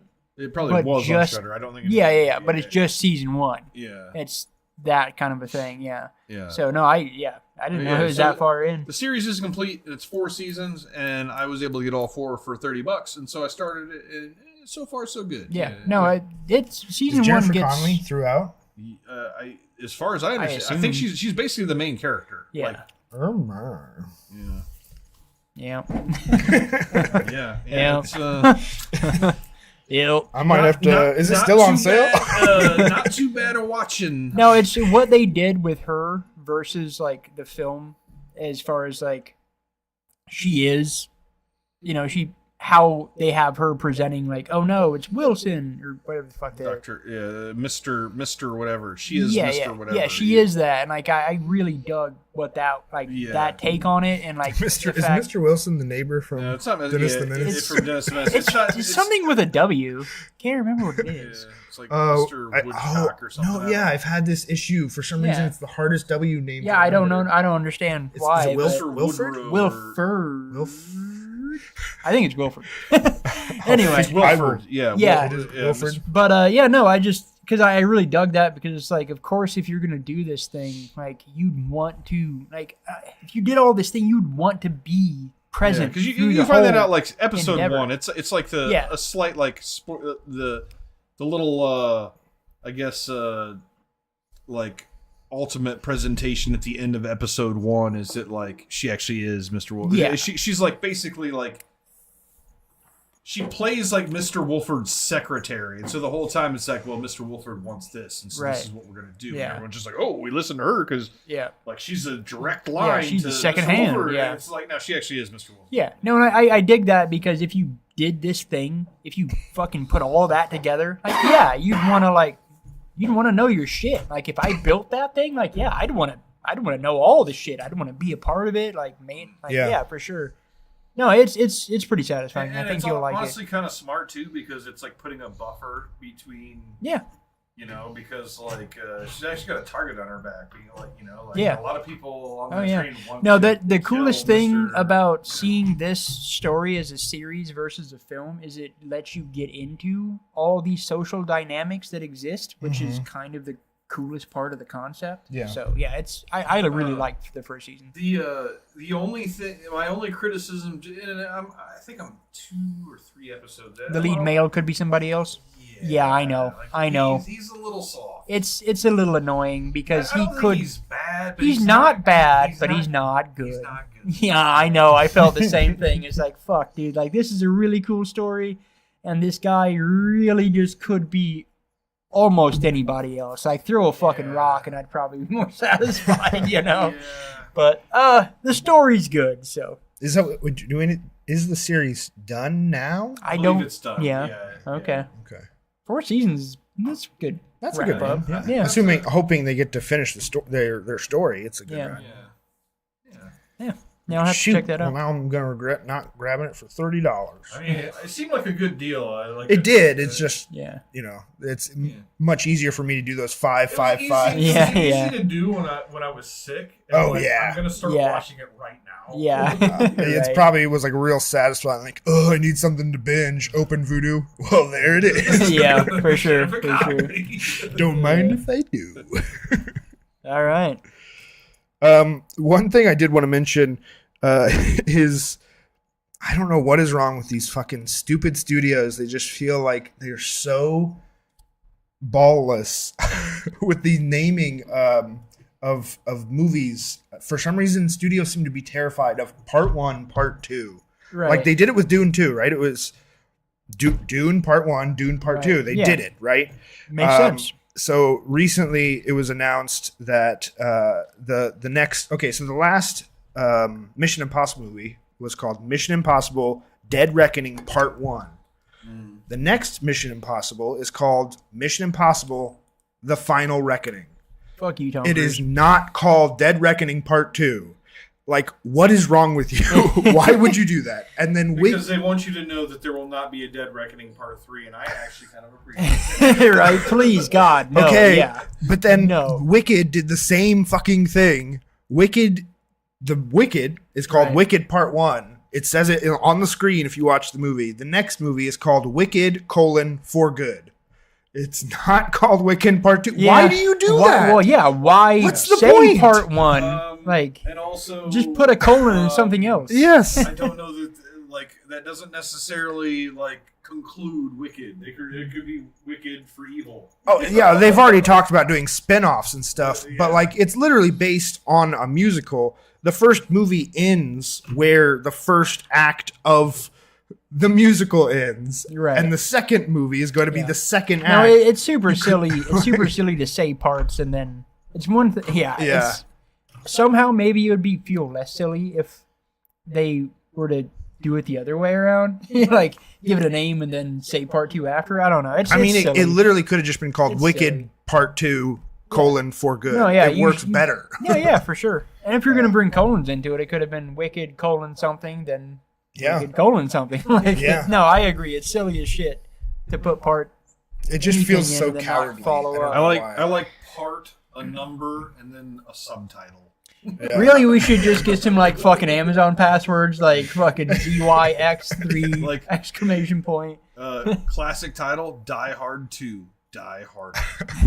I was thinking about some of the worst named or naming patterns in franchises, and Alien is up there. Like I think a lot of the Alien movies have great titles, but there's really no cohesion Yeah, because it's yeah. Alien, Aliens. No. There you go. That's great. And Yeah. it's Alien 3. Yeah, Okay. Then it's Alien Resurrection. I think Alien 3 is what really fucked it up there. Yeah, it's the like, only movie yeah. that has a number in the yeah. title. And you know why? It's because they didn't know that they were going to make more movies. yeah. But and then see with the new Alien movies, I feel like they figured it out. It's Yeah. with Alien : spaceship name. That Yeah. works perfectly. Yeah. It even works with Prometheus, even though it's not. Well, called it Alien even Prometheus. works like it even works with my- Resurrection too. Yes. It's like Alien this. Yeah. So really, yes, Alien 3 is the only Yeah, outlier. it's the but stinker. because it's there, there's just no. Yeah. My, no, my it fucks it favorite up. in this by far is Friday the 13th, the final chapter, which is the 4th installment in what is like a 16. Yeah, it's pretty silly.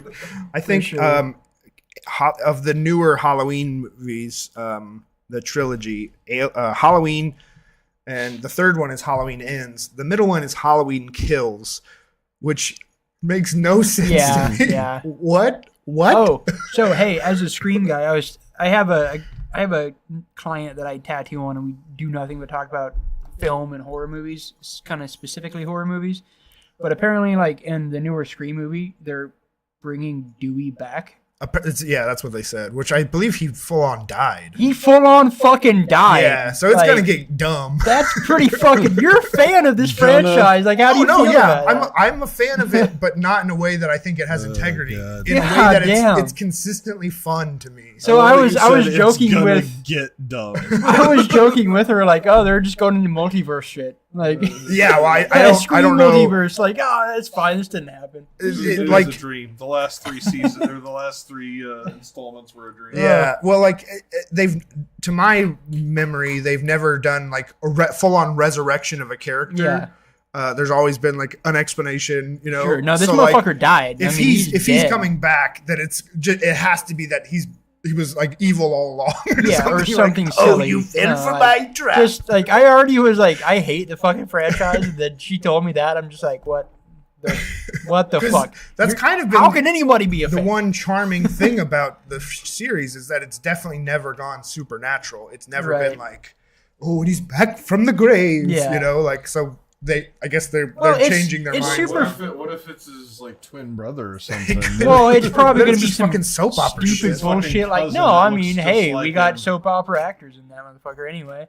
No, like it's just, God, I heard that. I'm just like, this is so silly. Just- Yeah. That movie was already like his death in the film universe was already silly. I'm not doing. Yeah. I'm his Already cousin. silly. Yeah. Oh shit! Here comes Huey. Watch out!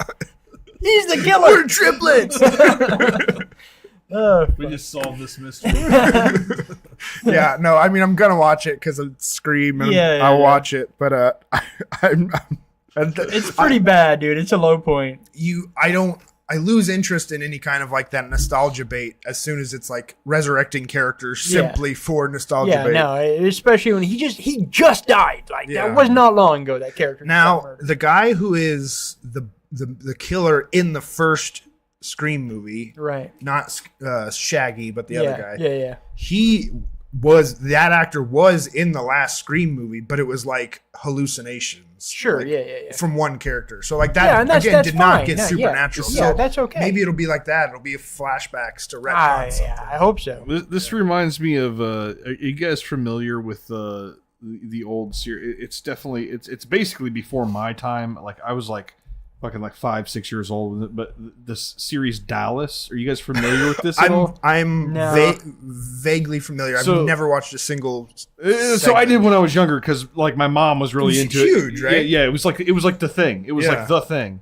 It was But, like the there Game were- of Thrones of its time. Yeah, it was. It totally was. But there was this thing where this beloved character, Bobby, had died like 4 seasons earlier or some shit like that. Yeah. And like there was this like huge like Bobby's coming back. And it's just like, what? And like so I think it's probably to this day one of the most tuned into episodes Yeah. of television ever of like how are they bringing this guy back? I'm definitely dreadful of any And- non supernatural thing getting into that soap opera shit. So Yeah, so for the sure. solution is his wife, the poor widow, Bobby's widow, wakes up and he's in the shower. And the last 4 seasons were all a dream. That's so stupid. That is the Like, laziest we shit. wasted your time for For 4 years. seasons. And that's Oh, seasons God. back then. That was probably like 40 episodes a season or No something. shit. Yeah, dude. Oh, that's obnoxious. The last 700 hours of screen time was all a dream. You know, Anyway. people buy it. All right. That's what I think. That's what that Yellowstone is. It's that shit. Yeah. It's just fucking weird soap Yes, opera drama with a probably- really high it's budget. Probably like modern day Dallas. I don't know. I kind of dig that series though. Yeah, I haven't had a chance I to have watch it. zero interest in any of it, Yeah. except for maybe the stuff that Harrison. Ford was in.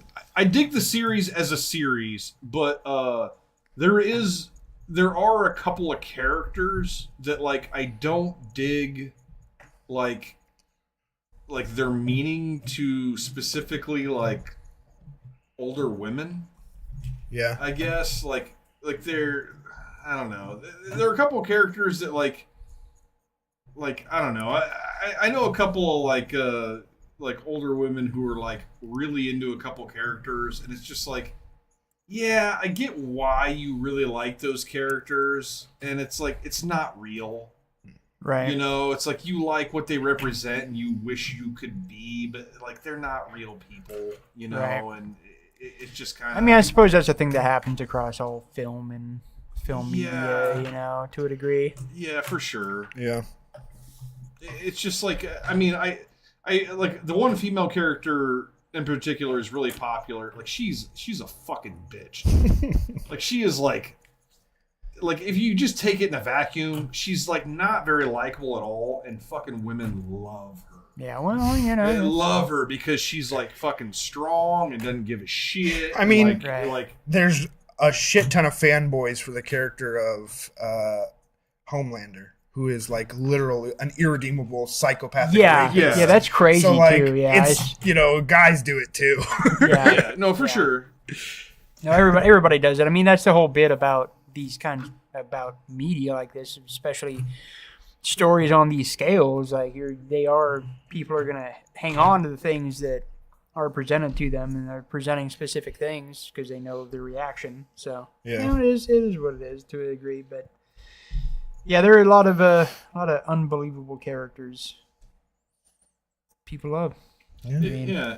Fantasy. and I don't think she's an unbelievable character. It's just Unlikable. it's like women love this character. And it's like if you knew this woman in real life, you'd fucking hate her. Oh, Yeah. there's You- tons of characters. Yeah. like You know, that. like it's like you like they connect to her somehow. It's like I wish I could be like that, but if you knew that person, you would fucking. Well, yeah, no, it's you like know? it's the kind of character that people be like would see and be like, yeah, you go, and then have a personal interaction, be like, Yeah. oh, you're a bitch, Yeah. you know, Yeah, like fuck you. I had a friend once whose wife, before he knew her, got like not liposuction, but some kind of Yeah. surgery for losing weight. And he saw a picture after they were already married. He saw a picture of her before the surgery. And he's Right. like, oh, if I'd met you back then, I would not have asked you out or gone on like Jesus Christ. And then my partner was like, he just says it how it is. It's so funny. And I was like, if I said that, you'd ask for a divorce. Yeah, no, exactly. Yeah. No, context is everything, right? Context is fucking everything. Put it here or there and it's something completely different. 'Cause, yeah, exactly. That's oof. Yeah, like a similar story. I have a friend that we all know that like they were trying to have like him and his wife were trying to have a baby and they're having some issues, and so they were going through like spinning the Right. chromosome, doing the whole thing, like trying to artificially inseminate and all that. It's expensive and all that, and she asked him at one point like if like you would have known like when you met me that I couldn't have kids, would you have still married me? And he's like, oh, probably not. And Yeah. and he didn't mean it like I wish Yeah, I yeah. hadn't married you. He No, just no meant that, malicious at that nature at time, all. Like Yeah. that was something that was important honestly, to me. yeah, it makes That was total something sense. that was, Yeah. he was just answering it like at that time. Just something practically. And that I know was the guy you're important to me, talking so about. I probably and it wouldn't have makes considered sense, you, but like, Yeah. that's not where we're at now. Like Yeah. he was just thinking of it that way, and it's like context is important. Yeah. Yeah. Oh, it is for sure. I mean, Context is everything. if I knew someone who's dating someone and they told me that like, yeah, all my life is about, I really want kids, but the person I'm dating does not want kids, I'd be like, you should not date them. Yeah. That is unhealthy. Get Yeah. out of that before Yeah, you those are very disappoint different. yourself. Yeah. You're not going to talk someone into wanting kids, Yeah. or at least you shouldn't try to. But Yeah. Doesn't work. No. there's things you should definitely draw lines at for yourself. All right, let's get to these. The This feature. double feature. double feature. The features. Sci-fi. Nope. Space. We can put the posters up. Oh yeah, I'll put the posters back up. I took them down. Here they are. So I'll go ahead and read the plots of both. First one was 2023. Well, it's 2023 in France, but it didn't come out in America till like June of last year. So I count it as a 2024 movie. Mars Express, directed by a French guy. It looks like Jeremiah Perrin, but I doubt it's Jeremiah Perrin. No, That's not Italian. It's all the same. You're usually better at these voices. Italian and French is really hard Yeah, to. it's hard.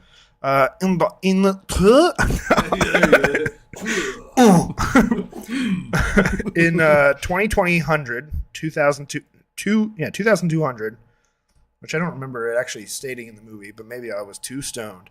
In 2200, private detective Aline Ruby and her android partner Carlos Riviera are hired by a wealthy businessman to track down a notorious hacker. On Mars, they descend deep into the underbelly of the planet's capital city, where they uncover a darker story of brain farms, corruption, and a missing girl who holds a secret about the robots that threatens to change the face of the universe. That's a bit wordy. Yeah, it is wordy. And then the tagline is "Built to serve, programmed to live." And then the second film, and that movie doesn't look like it's currently streaming anywhere, but it's available to buy on all the normal places if you'd like to watch it. I would say it's worth a buy. Yeah, definitely. Yeah. And then the second film was 1985's Enemy Mine, directed by Wolfgang Peterson. Wolfgang. A soldier from Earth crash lands on an alien world after sustaining battle damage. Eventually, it was like right away. Yeah. Yeah, there's no eventually. He encounters another survivor, but from the enemy species he was fighting. They band together to survive on this hostile world. Just band together. Like, I don't know. They're begrudgingly taking like some come to liberties a here. point. Yeah. It's In the end, gloss over there. in the end, the human finds himself caring for his enemy in a completely unexpected way. Okay, that was a clunky. Yeah, that was kind of rough. The tagline is enemies because they were taught to be, allies because they had to be, brothers because they dared to be. Feels a bit like Erasure, though, because he's not a brother. No, and he wasn't taught to be either. Like, no. The preface, like when the film starts, is like it's much more accurate. Like, man goes to the stars and immediately finds somebody to have a dick measuring contest with. They hate each other and want to kill each other. There's no teaching there; it just happened. Yeah, and then that one also does not look to be streaming anywhere, but again is available to buy in all the places. And again, highly worth a purchase. Yeah, it is for sure. Iconic cover art. It is very, very iconic. Yes, that shit's burned into my mind. Unfortunately, I don't think it has like a really wide release Blu-ray. That'd be really cool if somebody picked it up for some surprising, cool. actually. Yeah, I think there was like one Blu-ray release and it's out of print and goes for like $60 or something. Right. But yeah, it's honestly a little surprising to me. It's not more well known. It is the 80s. I know. I guess we'll just bounce back and forth between both. But I feel like Dennis Quaid was a hot commodity. Maybe it was like kind of right before he really blew up. But like when was Inner Space? Yeah. I fucking love Inner Space. You should watch Inner Space. Have you guys seen Inner Space? I don't know that I have now. I've seen it. It's been a long time. Yeah, he goes in like basically a pill-sized, or he gets into like a kind of submarine that gets shrunk down to like a pill size and gets swallowed by Martin Short. Oh, it's very fun. Right. But yeah, that was 1987. This was 1985. Did we say? Yeah, 1985. I don't know.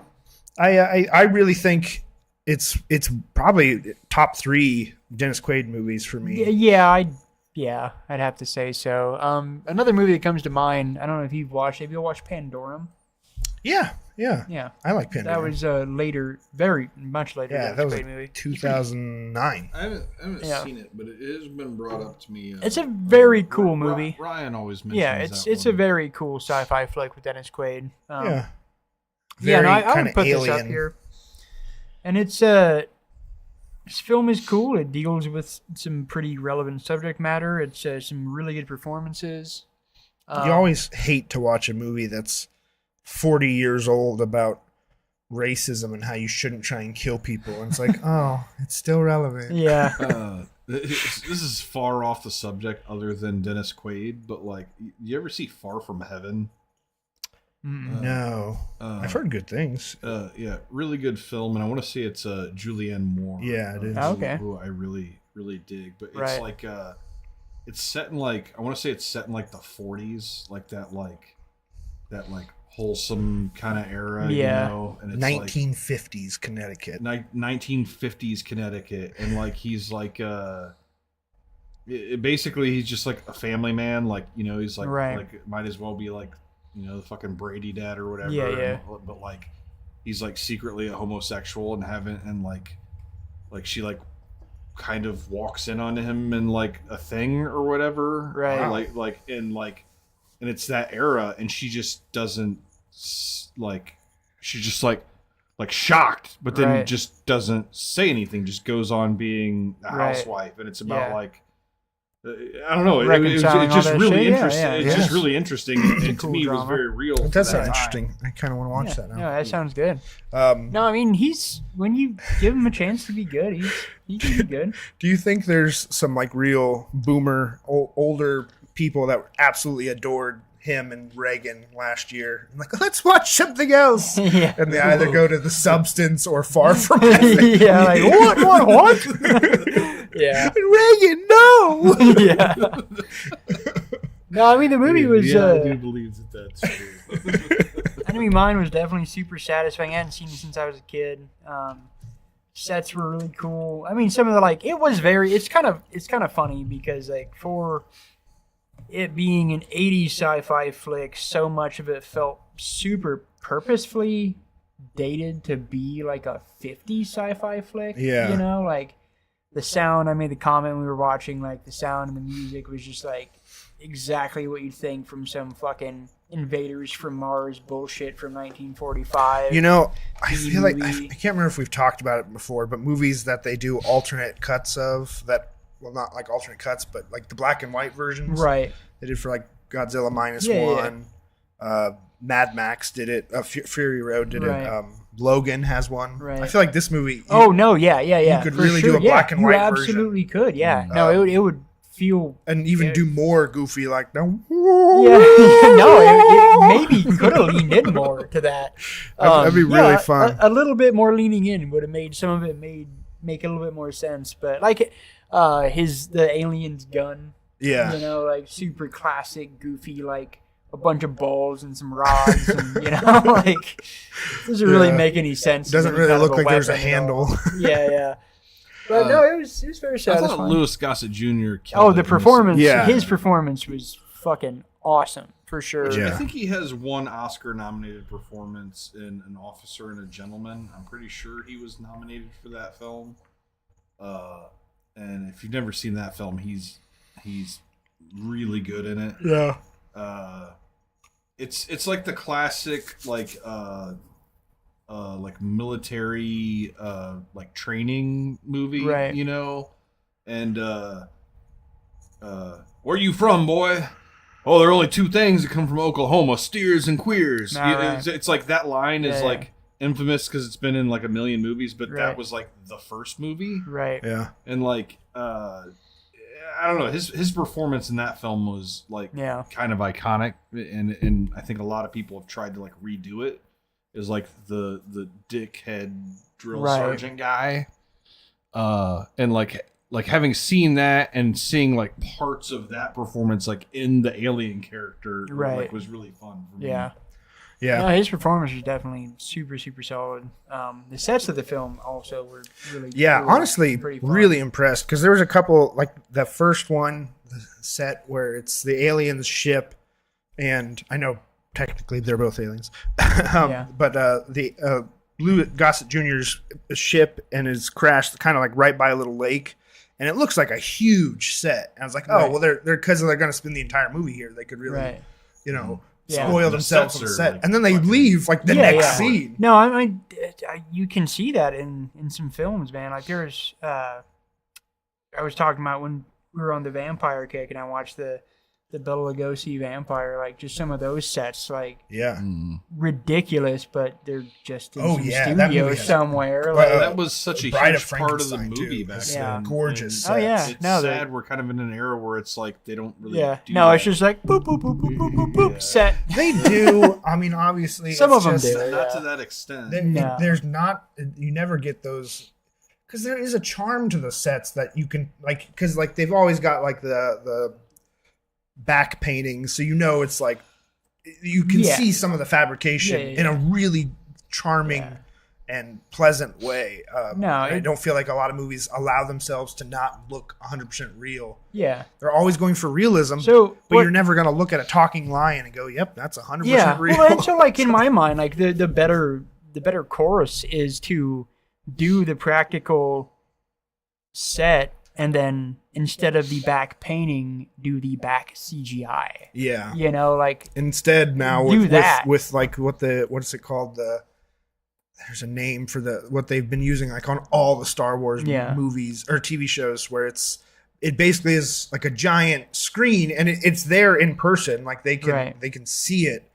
Volume, they call it the volume, and it's like a giant green screen, but the things are you can actively see them. They're basically Right. like a screen. yeah. And then it like translates really well to the camera because it follows the camera, Right. the angle yeah, and stuff. Yeah, that's kind of the idea. But like then now it'll be like the set is like two boxes and then Yeah. the screen, you know, and it looks Yeah. good, kind of, but everything Yeah. just no, ends it's up having looking, like, flat. real shit there, tangible shit. Yeah. and, like, I don't know. Yeah, I'm definitely as a big horror sci-fi guy. Like I always love the practical effects and practical sets, and so I'm always gonna love any film that actually gives a shit about that. Yeah. And this film definitely did. Oh, Like, yeah. they There's cared fucking a lot heart. about the set, and like sci-fi stuff kind of always had to, you know, like those things always needed that to feel real and to be a thing. Yeah, I mean, like I feel like sci-fi can always fall back on the fact that it's like fun to watch, even if it's Yeah. not a great story. Yeah, for sure. And then then if it's a good story, then it's just all the better. Yeah, I think the movie has so much charm to it. And One thing that cracked me up about this movie though, just, and I don't know, yeah, I'm definitely as a big horror sci-fi guy. Like I always love the practical effects and practical sets, and so I'm always gonna love any film that actually gives a shit about that. And this film definitely did. as far as the presentation of technology and shit, like you get this alien species that we're at war against as soon as we get out into space, and they've got laser guns and whatnot, and like Dennis Quaid crashes and he's got a fucking Walther P-38. Fucking little 9mm fucking Pew pew. compact pistol, and this dude's fucking shooting lasers and whatnot. Like, man, we are not doing it right apparently in the future. Like, we're just barely there. Just rushing in. Gotta kill now. Yeah. We'll perfect it later. Oh, My yeah. dick's not small, I promise. I'll show you.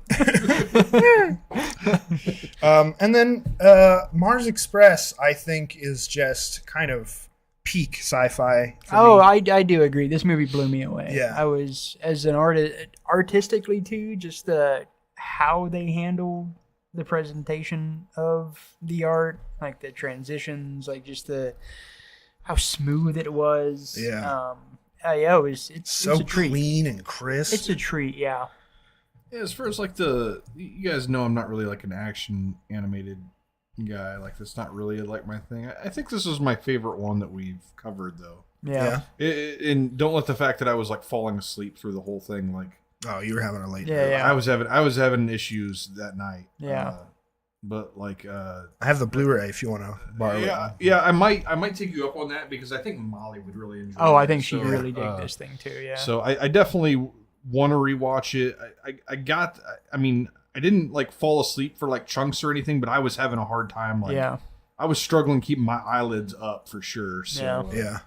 Now, there's a lot going on in the story. I mean, it's pretty much, it's a crime thriller. at the Yeah, end of the honestly, day. it is There's a lot dense story. Yeah, there's a lot of things happening. There's a lot of pieces, parts moving. The artwork is definitely kind of hypnotic to a degree, Yeah. and the way it works. A lot of really likable characters too, and a lot Yeah. of funny elements. Very interesting, unique, like robot characters. Yeah, I actually like when I put these two images together for the sake of the podcast. I feel like it's kind of bullshit that this like sex unicorn chick gets a spot Yeah. on this poster, Yeah. and not the super hilarious robot that Honestly, yeah. was the friend of the hacker chick who I think is featured back there. Yeah. Yeah. She's featured by this split head. Yeah. But yeah, no, that fucking guy was awesome. Yeah, and it's like right out of the gate too. Yeah, no, he was so fun. He was thrown out of a window. Into My a dear fucking- friends, fuck yourselves. yeah, about to get beat to death by a bunch of fucking anti-robot protesters, and that's his response. Like, I love that guy. Why is the sex unicorn on this poster? Yeah. She was just kind of funny. This guy was hilarious. No, it was a fun portrayal of the technology, fun portrayal of robotics. I really loved the second lead character, the other detective, the one that had died, Carlos. and is just like in Yeah. a robot body. Like, That's what I really love is the variety of kinds of robots. They're not Yeah. all Oh, like yeah. uniform. They're not for sure, and it's even the same just thing. the expression of the technology of the day. Yeah. Like this guy, he's not a robot, really. He's a human. He just died. Yeah. Now he's in a robot. Like, Yeah. he's not really a robot. Like, kind of, but Yeah. he's kind of still a robot. But no, I love all the layers of the story of what's happening. The organic robots that they're working on in the movie is one thing that I really enjoyed too. Just fucking, they're all just super unsettling and terrifying. The like every kind. organic earbud that like the organic sinks earbud, into your ear. the fucking organic processing unit in Yeah. the tank, and the big giant one, like the corporate supercomputer, office. Yeah, the big giant supercomputer fucking slug thing. Yeah. And then like the bio robot tank thing. Yeah. Like, all of it Oh, was yeah. just really like, Awesome creepy design. as So fucking much unsettling. incredible design. yeah. No, overall, yeah. I mean, it's a very and like we did Ghost in the Shell like early on in the Yeah. and, Yeah. Like, I feel like if you dig Ghost in the Shell, you're gonna like No, it. I Yes. actually that's one thing I would say. Like, I think for me, Ghost in the Shell has always been like kind of the definition of cyberpunk and like peak cyberpunk, and this like really stands next to that. Yeah. To me, Like Yeah. honestly, this Ghost in the Shell and Blade Runner are like a fucking perfect trilogy. Yeah, for sure. No, this is definitely like the coolest modern iteration of like real grounded cyberpunk stuff that I've seen. Yeah. You know, because it keeps all of it very, very real. Yeah. You know, like this is all tangible, believable. It all makes sense. I just want to see more from this studio, or at least the director or whatever, because the animation is so... No, the animation was tight. It is Yeah. delicious. I can't get enough of it. I said while we were watching it, I would love if this studio did an animated series of Saga, the comic book, because it like fits the mixed vibe reviews on perfectly. like I kind of hope that they never. I mean, ideally they Saga. never Yeah. And do, I think but that's like the writer's intention is that they were trying to create something that could never be made into a television. Like, yeah. And I just hate the idea of like, oh, hold my beer. Like, Yeah. Right. Yeah. This couldn't get enough of this animation. I really, and this director has another, it's hard to know what to call it. Because it's not really a movie, but it's several episodes. I think they're all on YouTube. That's where I watch them. But I think they're like 10-minute episodes, and it's 70 minutes long. It's called Crisis Jung. J-U-N-G. Yeah, I've looked at that several times, but I haven't watched it. And it's kind of like almost like Metalocalypse levels of like over the top, but really awesome animation. Nice. Highly recommend looking up that on YouTube. Yeah. Right on. Yeah. Any other thoughts on these two sci-fi movies? You know, just fucking watch them. I think they're both just super watchable. And I do think that Mars Express, like I said, it blew me away as far as animated modern cyberpunk thing. I think it takes a seat next to the best of its genre. Ghost in the Shell, Akira. I think, absolutely. I think it should be watched. If you like any of that stuff, this is a default for you. Yeah. And Enemy Mine is just... If I think of it's like got quirks, 80s sci-fi movies that really need like a refresh. Mm-hmm. Yeah, that... like you could remake this movie today and be fantastic. Oh, yeah. For sure. My other choice would be Crawl. I really want. I want. Let's do a Crawl that's good. Yeah. Now Crawl. I think we could do it. We could. Probably. We could. I've seen more people saying that, and I hope it kind of picks up some traction. I'd much rather see good ideas that were done poorly get to be remade instead of just remaking the same stories over and over again. That is my hope for.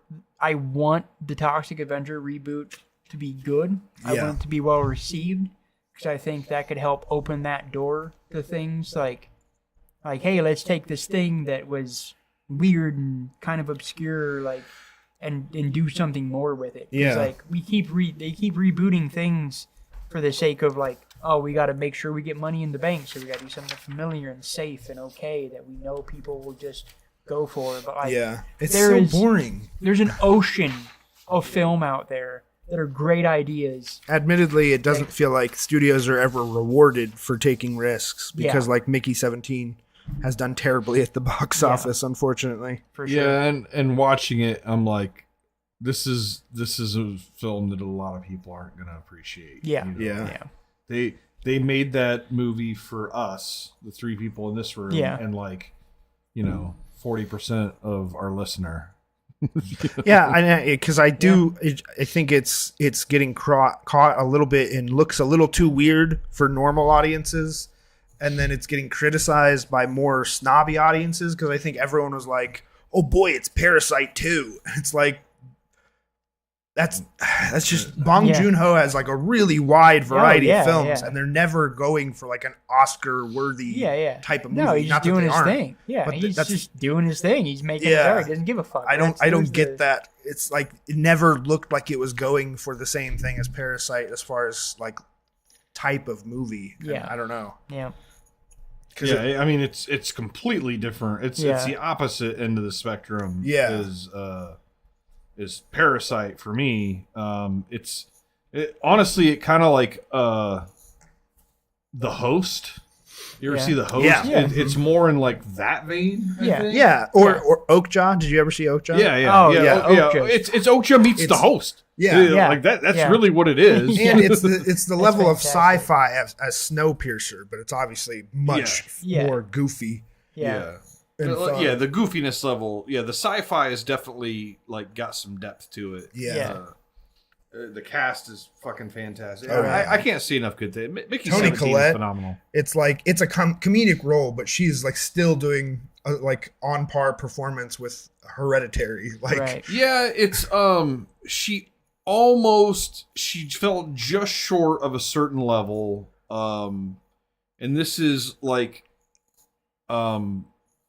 just kind of like the Mary Tyler Moore from Ordinary People, where like you almost hate her. yeah, You know, like she's just a very unlikable character, and like there's something to be said for the performance when like you have that kind of disgust for a character. Yeah. Yeah. Oh, absolutely. Yeah, for sure. yeah. Okay. Why did Alright. we? Oh yeah, talking about studios taking risks. Yeah. Yeah, go see Mickey 17, please. Yeah. It's For a good sure. film, so we got to talk about it twice. You know. Yeah.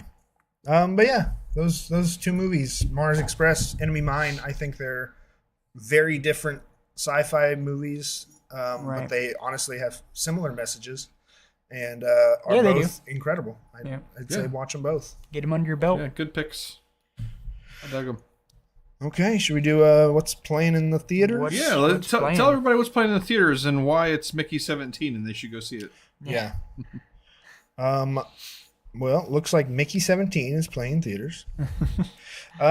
Something interesting I want definitely to get out there more is there's a new fully 2D animated Looney Tunes movie in theaters that Really? for some reason they did not advertise in the slightest. Huh. But it's a Fucking full Warner Brothers. 90-minute movie. I've heard really good things. I've heard it's very funny. I mean, it's a kids movie. It's Yeah, not, yeah, you know, but it's called The Day the Earth Blew Up, Looney Tunes movie. Huh. So Yeah. I would recommend, Snuck right in there. it's a 2D movie. Support that shit. The stuff that's reoccurring, we have Dogman, Captain America, Brave New World, Dude. and The Monkey. We might Still want to see the monkey. see Yeah. The Monkey tomorrow, maybe. I don't know. We'll talk about, or not tomorrow. Tomorrow's Or Thursday. Friday. Yeah. You Yeah. said there's a 9:45 show. Yeah, and 9:45 on a that- Friday. That Behind kind of that. works Yeah, out. I I'm can get kind of behind down. that. Yeah. You should do it. All right, Awesome. Yeah, I'm in. Let's I'm do in. it. There's a movie called The Last Supper. You can piece that together, what that might be about. There's a movie called The Last Breath. It's or Last Similar Breath, to the sorry. Last Supper, but you know they, Yeah. they That's don't true. eat first. Yeah. It's Last Breath, not The Last Breath. okay. Sorry. That's based on a true story about divers. If you're interested. Oh, that's a Woody Harrelson thing. Yeah, he's in it. Hey, by the way, I want to throw this in here. When I watched Mickey 17 last night, there was a trailer for I think it was called Thunderbolts. Yeah, new Marvel movie. Not interested. Marvel's just really They run should- out of ideas, yeah, they haven't should just they? stop, Like, yeah. I mean, you can say that, but like these are characters I've been familiar with for like years, so I don't know. It's as a comic did- reader, it didn't it's have fun, the look but of it's a not. thing that I don't they're not think- at a point where they're looking for new audiences. The Yeah. problem is, I think the ideas and the characters are fine, but like their presentation is exactly the same every time. yeah, And I think that's the problem. Like it's always just like it's just not. It's grown. It's just become not. well, see, I'm interesting. holding out Like, hope for Thunderbolts because the trailers are going for like a more like kind of I wouldn't say dark comedy, but like action comedy. Right. Like hard to say, like maybe more closer like a Baby Driver Sure. vibe. And I hope the movie is that, because there have been times with Marvel movies where they really get your hopes up with the trailer and the movie is Yeah, like pretty yeah. normal. But I don't know. I have some hopes. I like a lot of the characters and the actors involved. But I'm not gonna, it's got the David Harbour. David Harbour. It's Yeah. got which I mean, Patrick Swayze's son. Not Yeah. Patrick Swayze. No.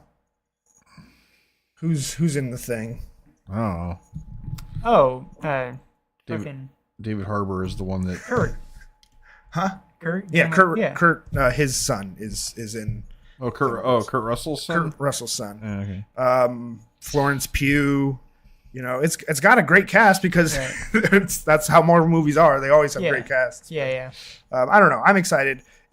I'm hoping they don't try like so hard to like distinguish itself from Suicide Squad because it is a very similar premise, but they've both existed for decades. It's the Marvel. Yeah. Yeah, it's just how comics work. But yeah, I don't know. I'm looking forward to it. As much as I look forward to any. The Marvel trailer movie. didn't inspire me. No, but it has the downside of going into it as a Marvel movie for you, so you're already the trailer had just like the like action movie tropes, you know, like it had those in the trailer, kind of like and it's explosion like if you happens have them in the trailer, and a character says, "Well, that happened." It's just like that type of stuff. It's just like, if you're putting this in the trailer, then what is this movie? Yeah. Some stuff it came out last week, but we haven't had a chance to talk about it. Novocaine with Jack Quaid.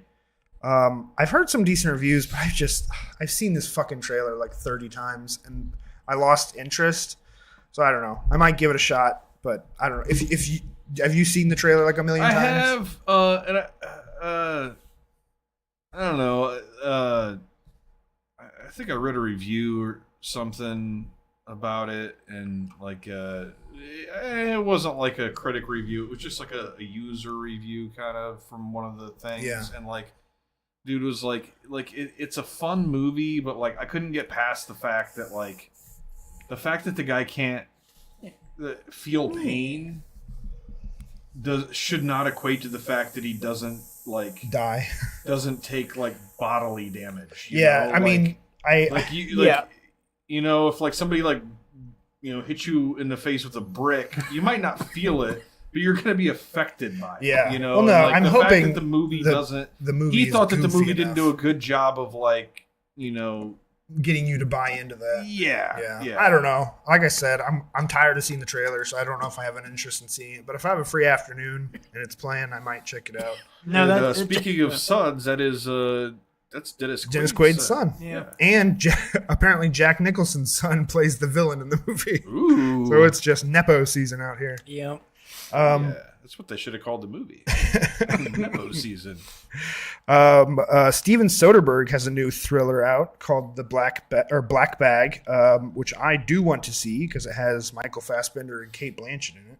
Oh, yeah, that's a good cast. Yeah. I gotta say though, Steven Soderbergh has not been like Steven Soderbergh for quite some time. Well, you know what he's I mean? always kind of been 50-50 because that's kind of how he does shit. He just did. I think I just watched not that long. I think it was him that did the movie about the Cadillac converter.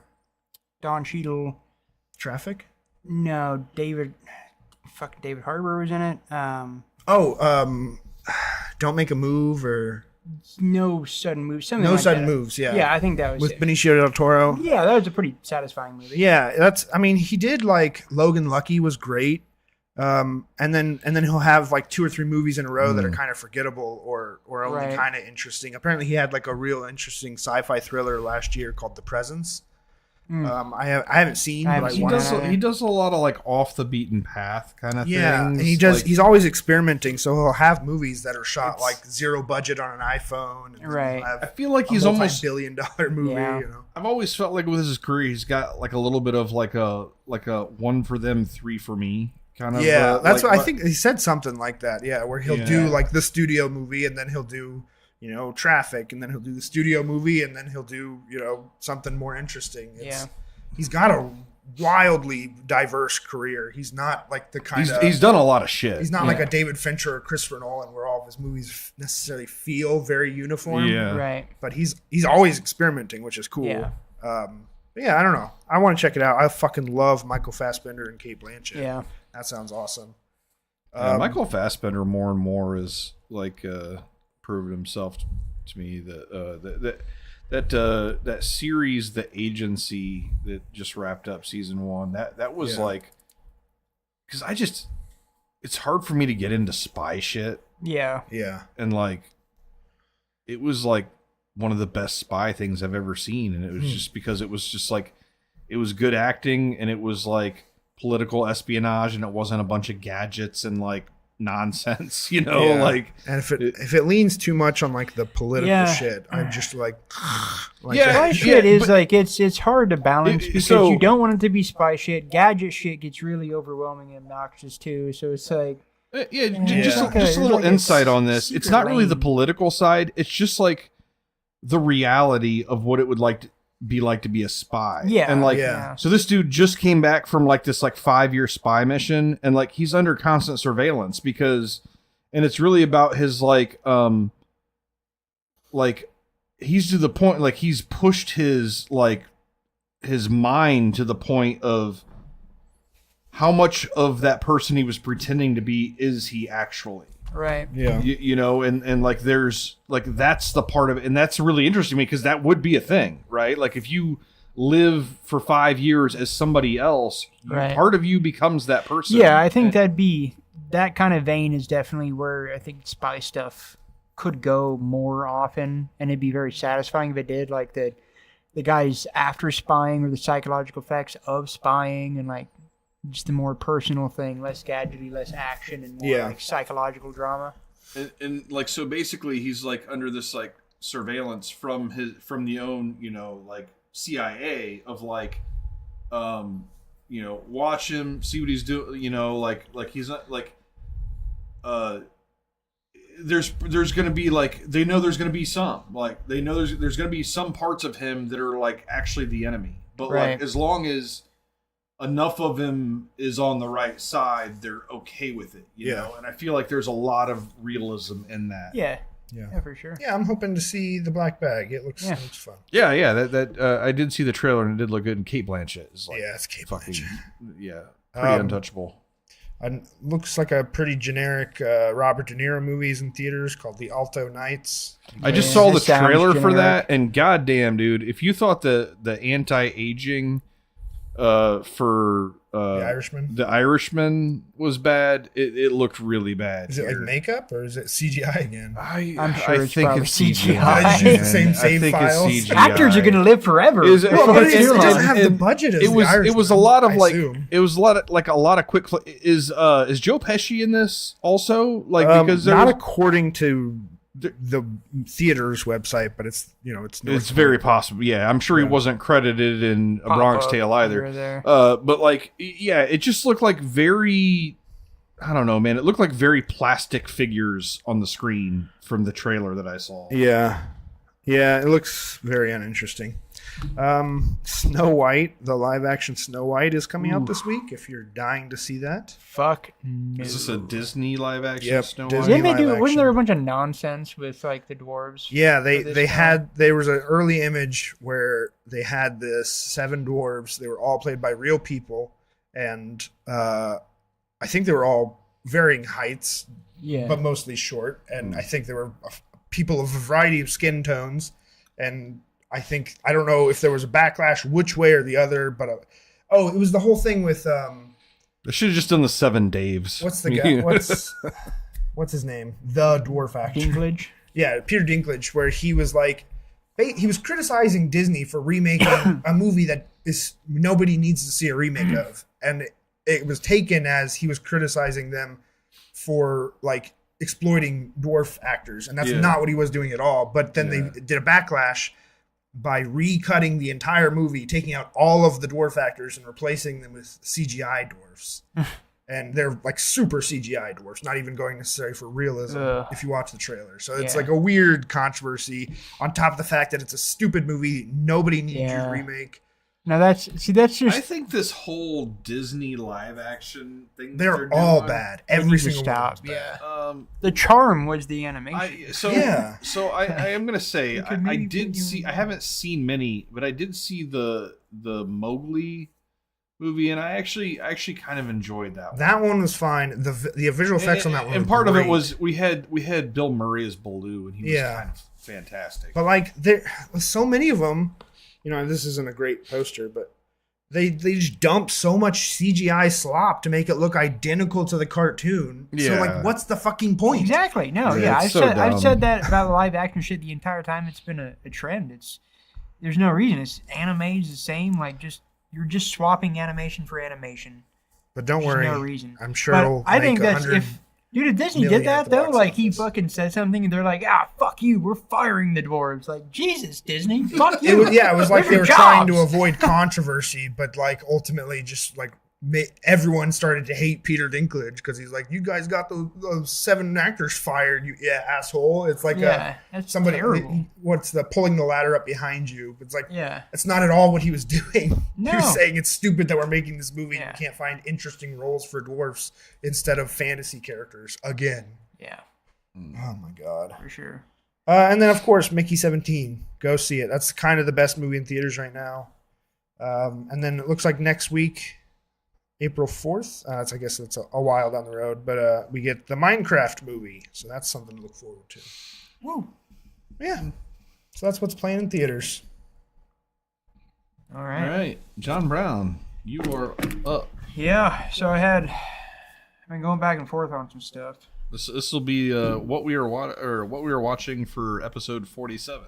All the stuff that I was thinking about going back and forth on were definitely double feature material. I was thinking about doing some picks about stuff. I was thinking about doing some picks about film, and I was thinking of doing some picks that are just off the fucking wall, but have always been in the back of my mind. Or one of them has always, but I just thought about the perfect pairing today. I think I might do some crazy shit. I think I want to do Tetsuo the Iron Man Okay. and Swiss Army Man. Oh, nice. Tetsuo the Swiss Army Man. Yeah, Tetsuo the Swiss Army Man. That's fun. Which of these have you seen, Dustin? I've seen Swiss Army Man. Oh, yeah. This will be the second The Daniels film featured on our podcast. That's awesome. Yeah, Let's see. I think I'm gonna do Tetsuo first Yeah, makes sense. because it's a lot, and I don't think you'd want to finish on this movie. Remember, that's kind of a short movie, isn't it? Tetsuo? Yeah. Yeah, it's an hour and 7. Oh, yeah. Yeah, Hour it's and super- 7? Yeah, I just Yeah, looked it very up. short. Yeah.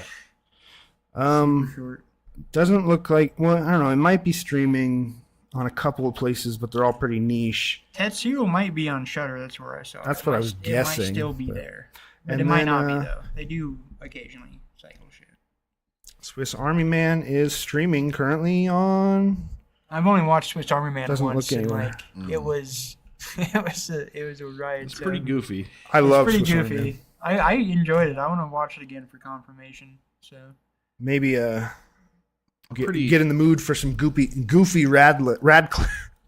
Radcliffe, and then they'll release the Toxic Avenger. I'm Oh, happy- that's Elijah Wood. Never No. mind. I'm happy with I'm your glad to picks see because Elijah would do they. something kind of different. Though. Yeah. Like I'm happy with your picks because I had an idea in mind for my picks the following episode. yeah, And yours don't sway me from what I was going to do, so I know what I'm doing. Yeah, now. yeah, sweet. So, That's so good. that's always good when you're. It's just like, God damn it, John.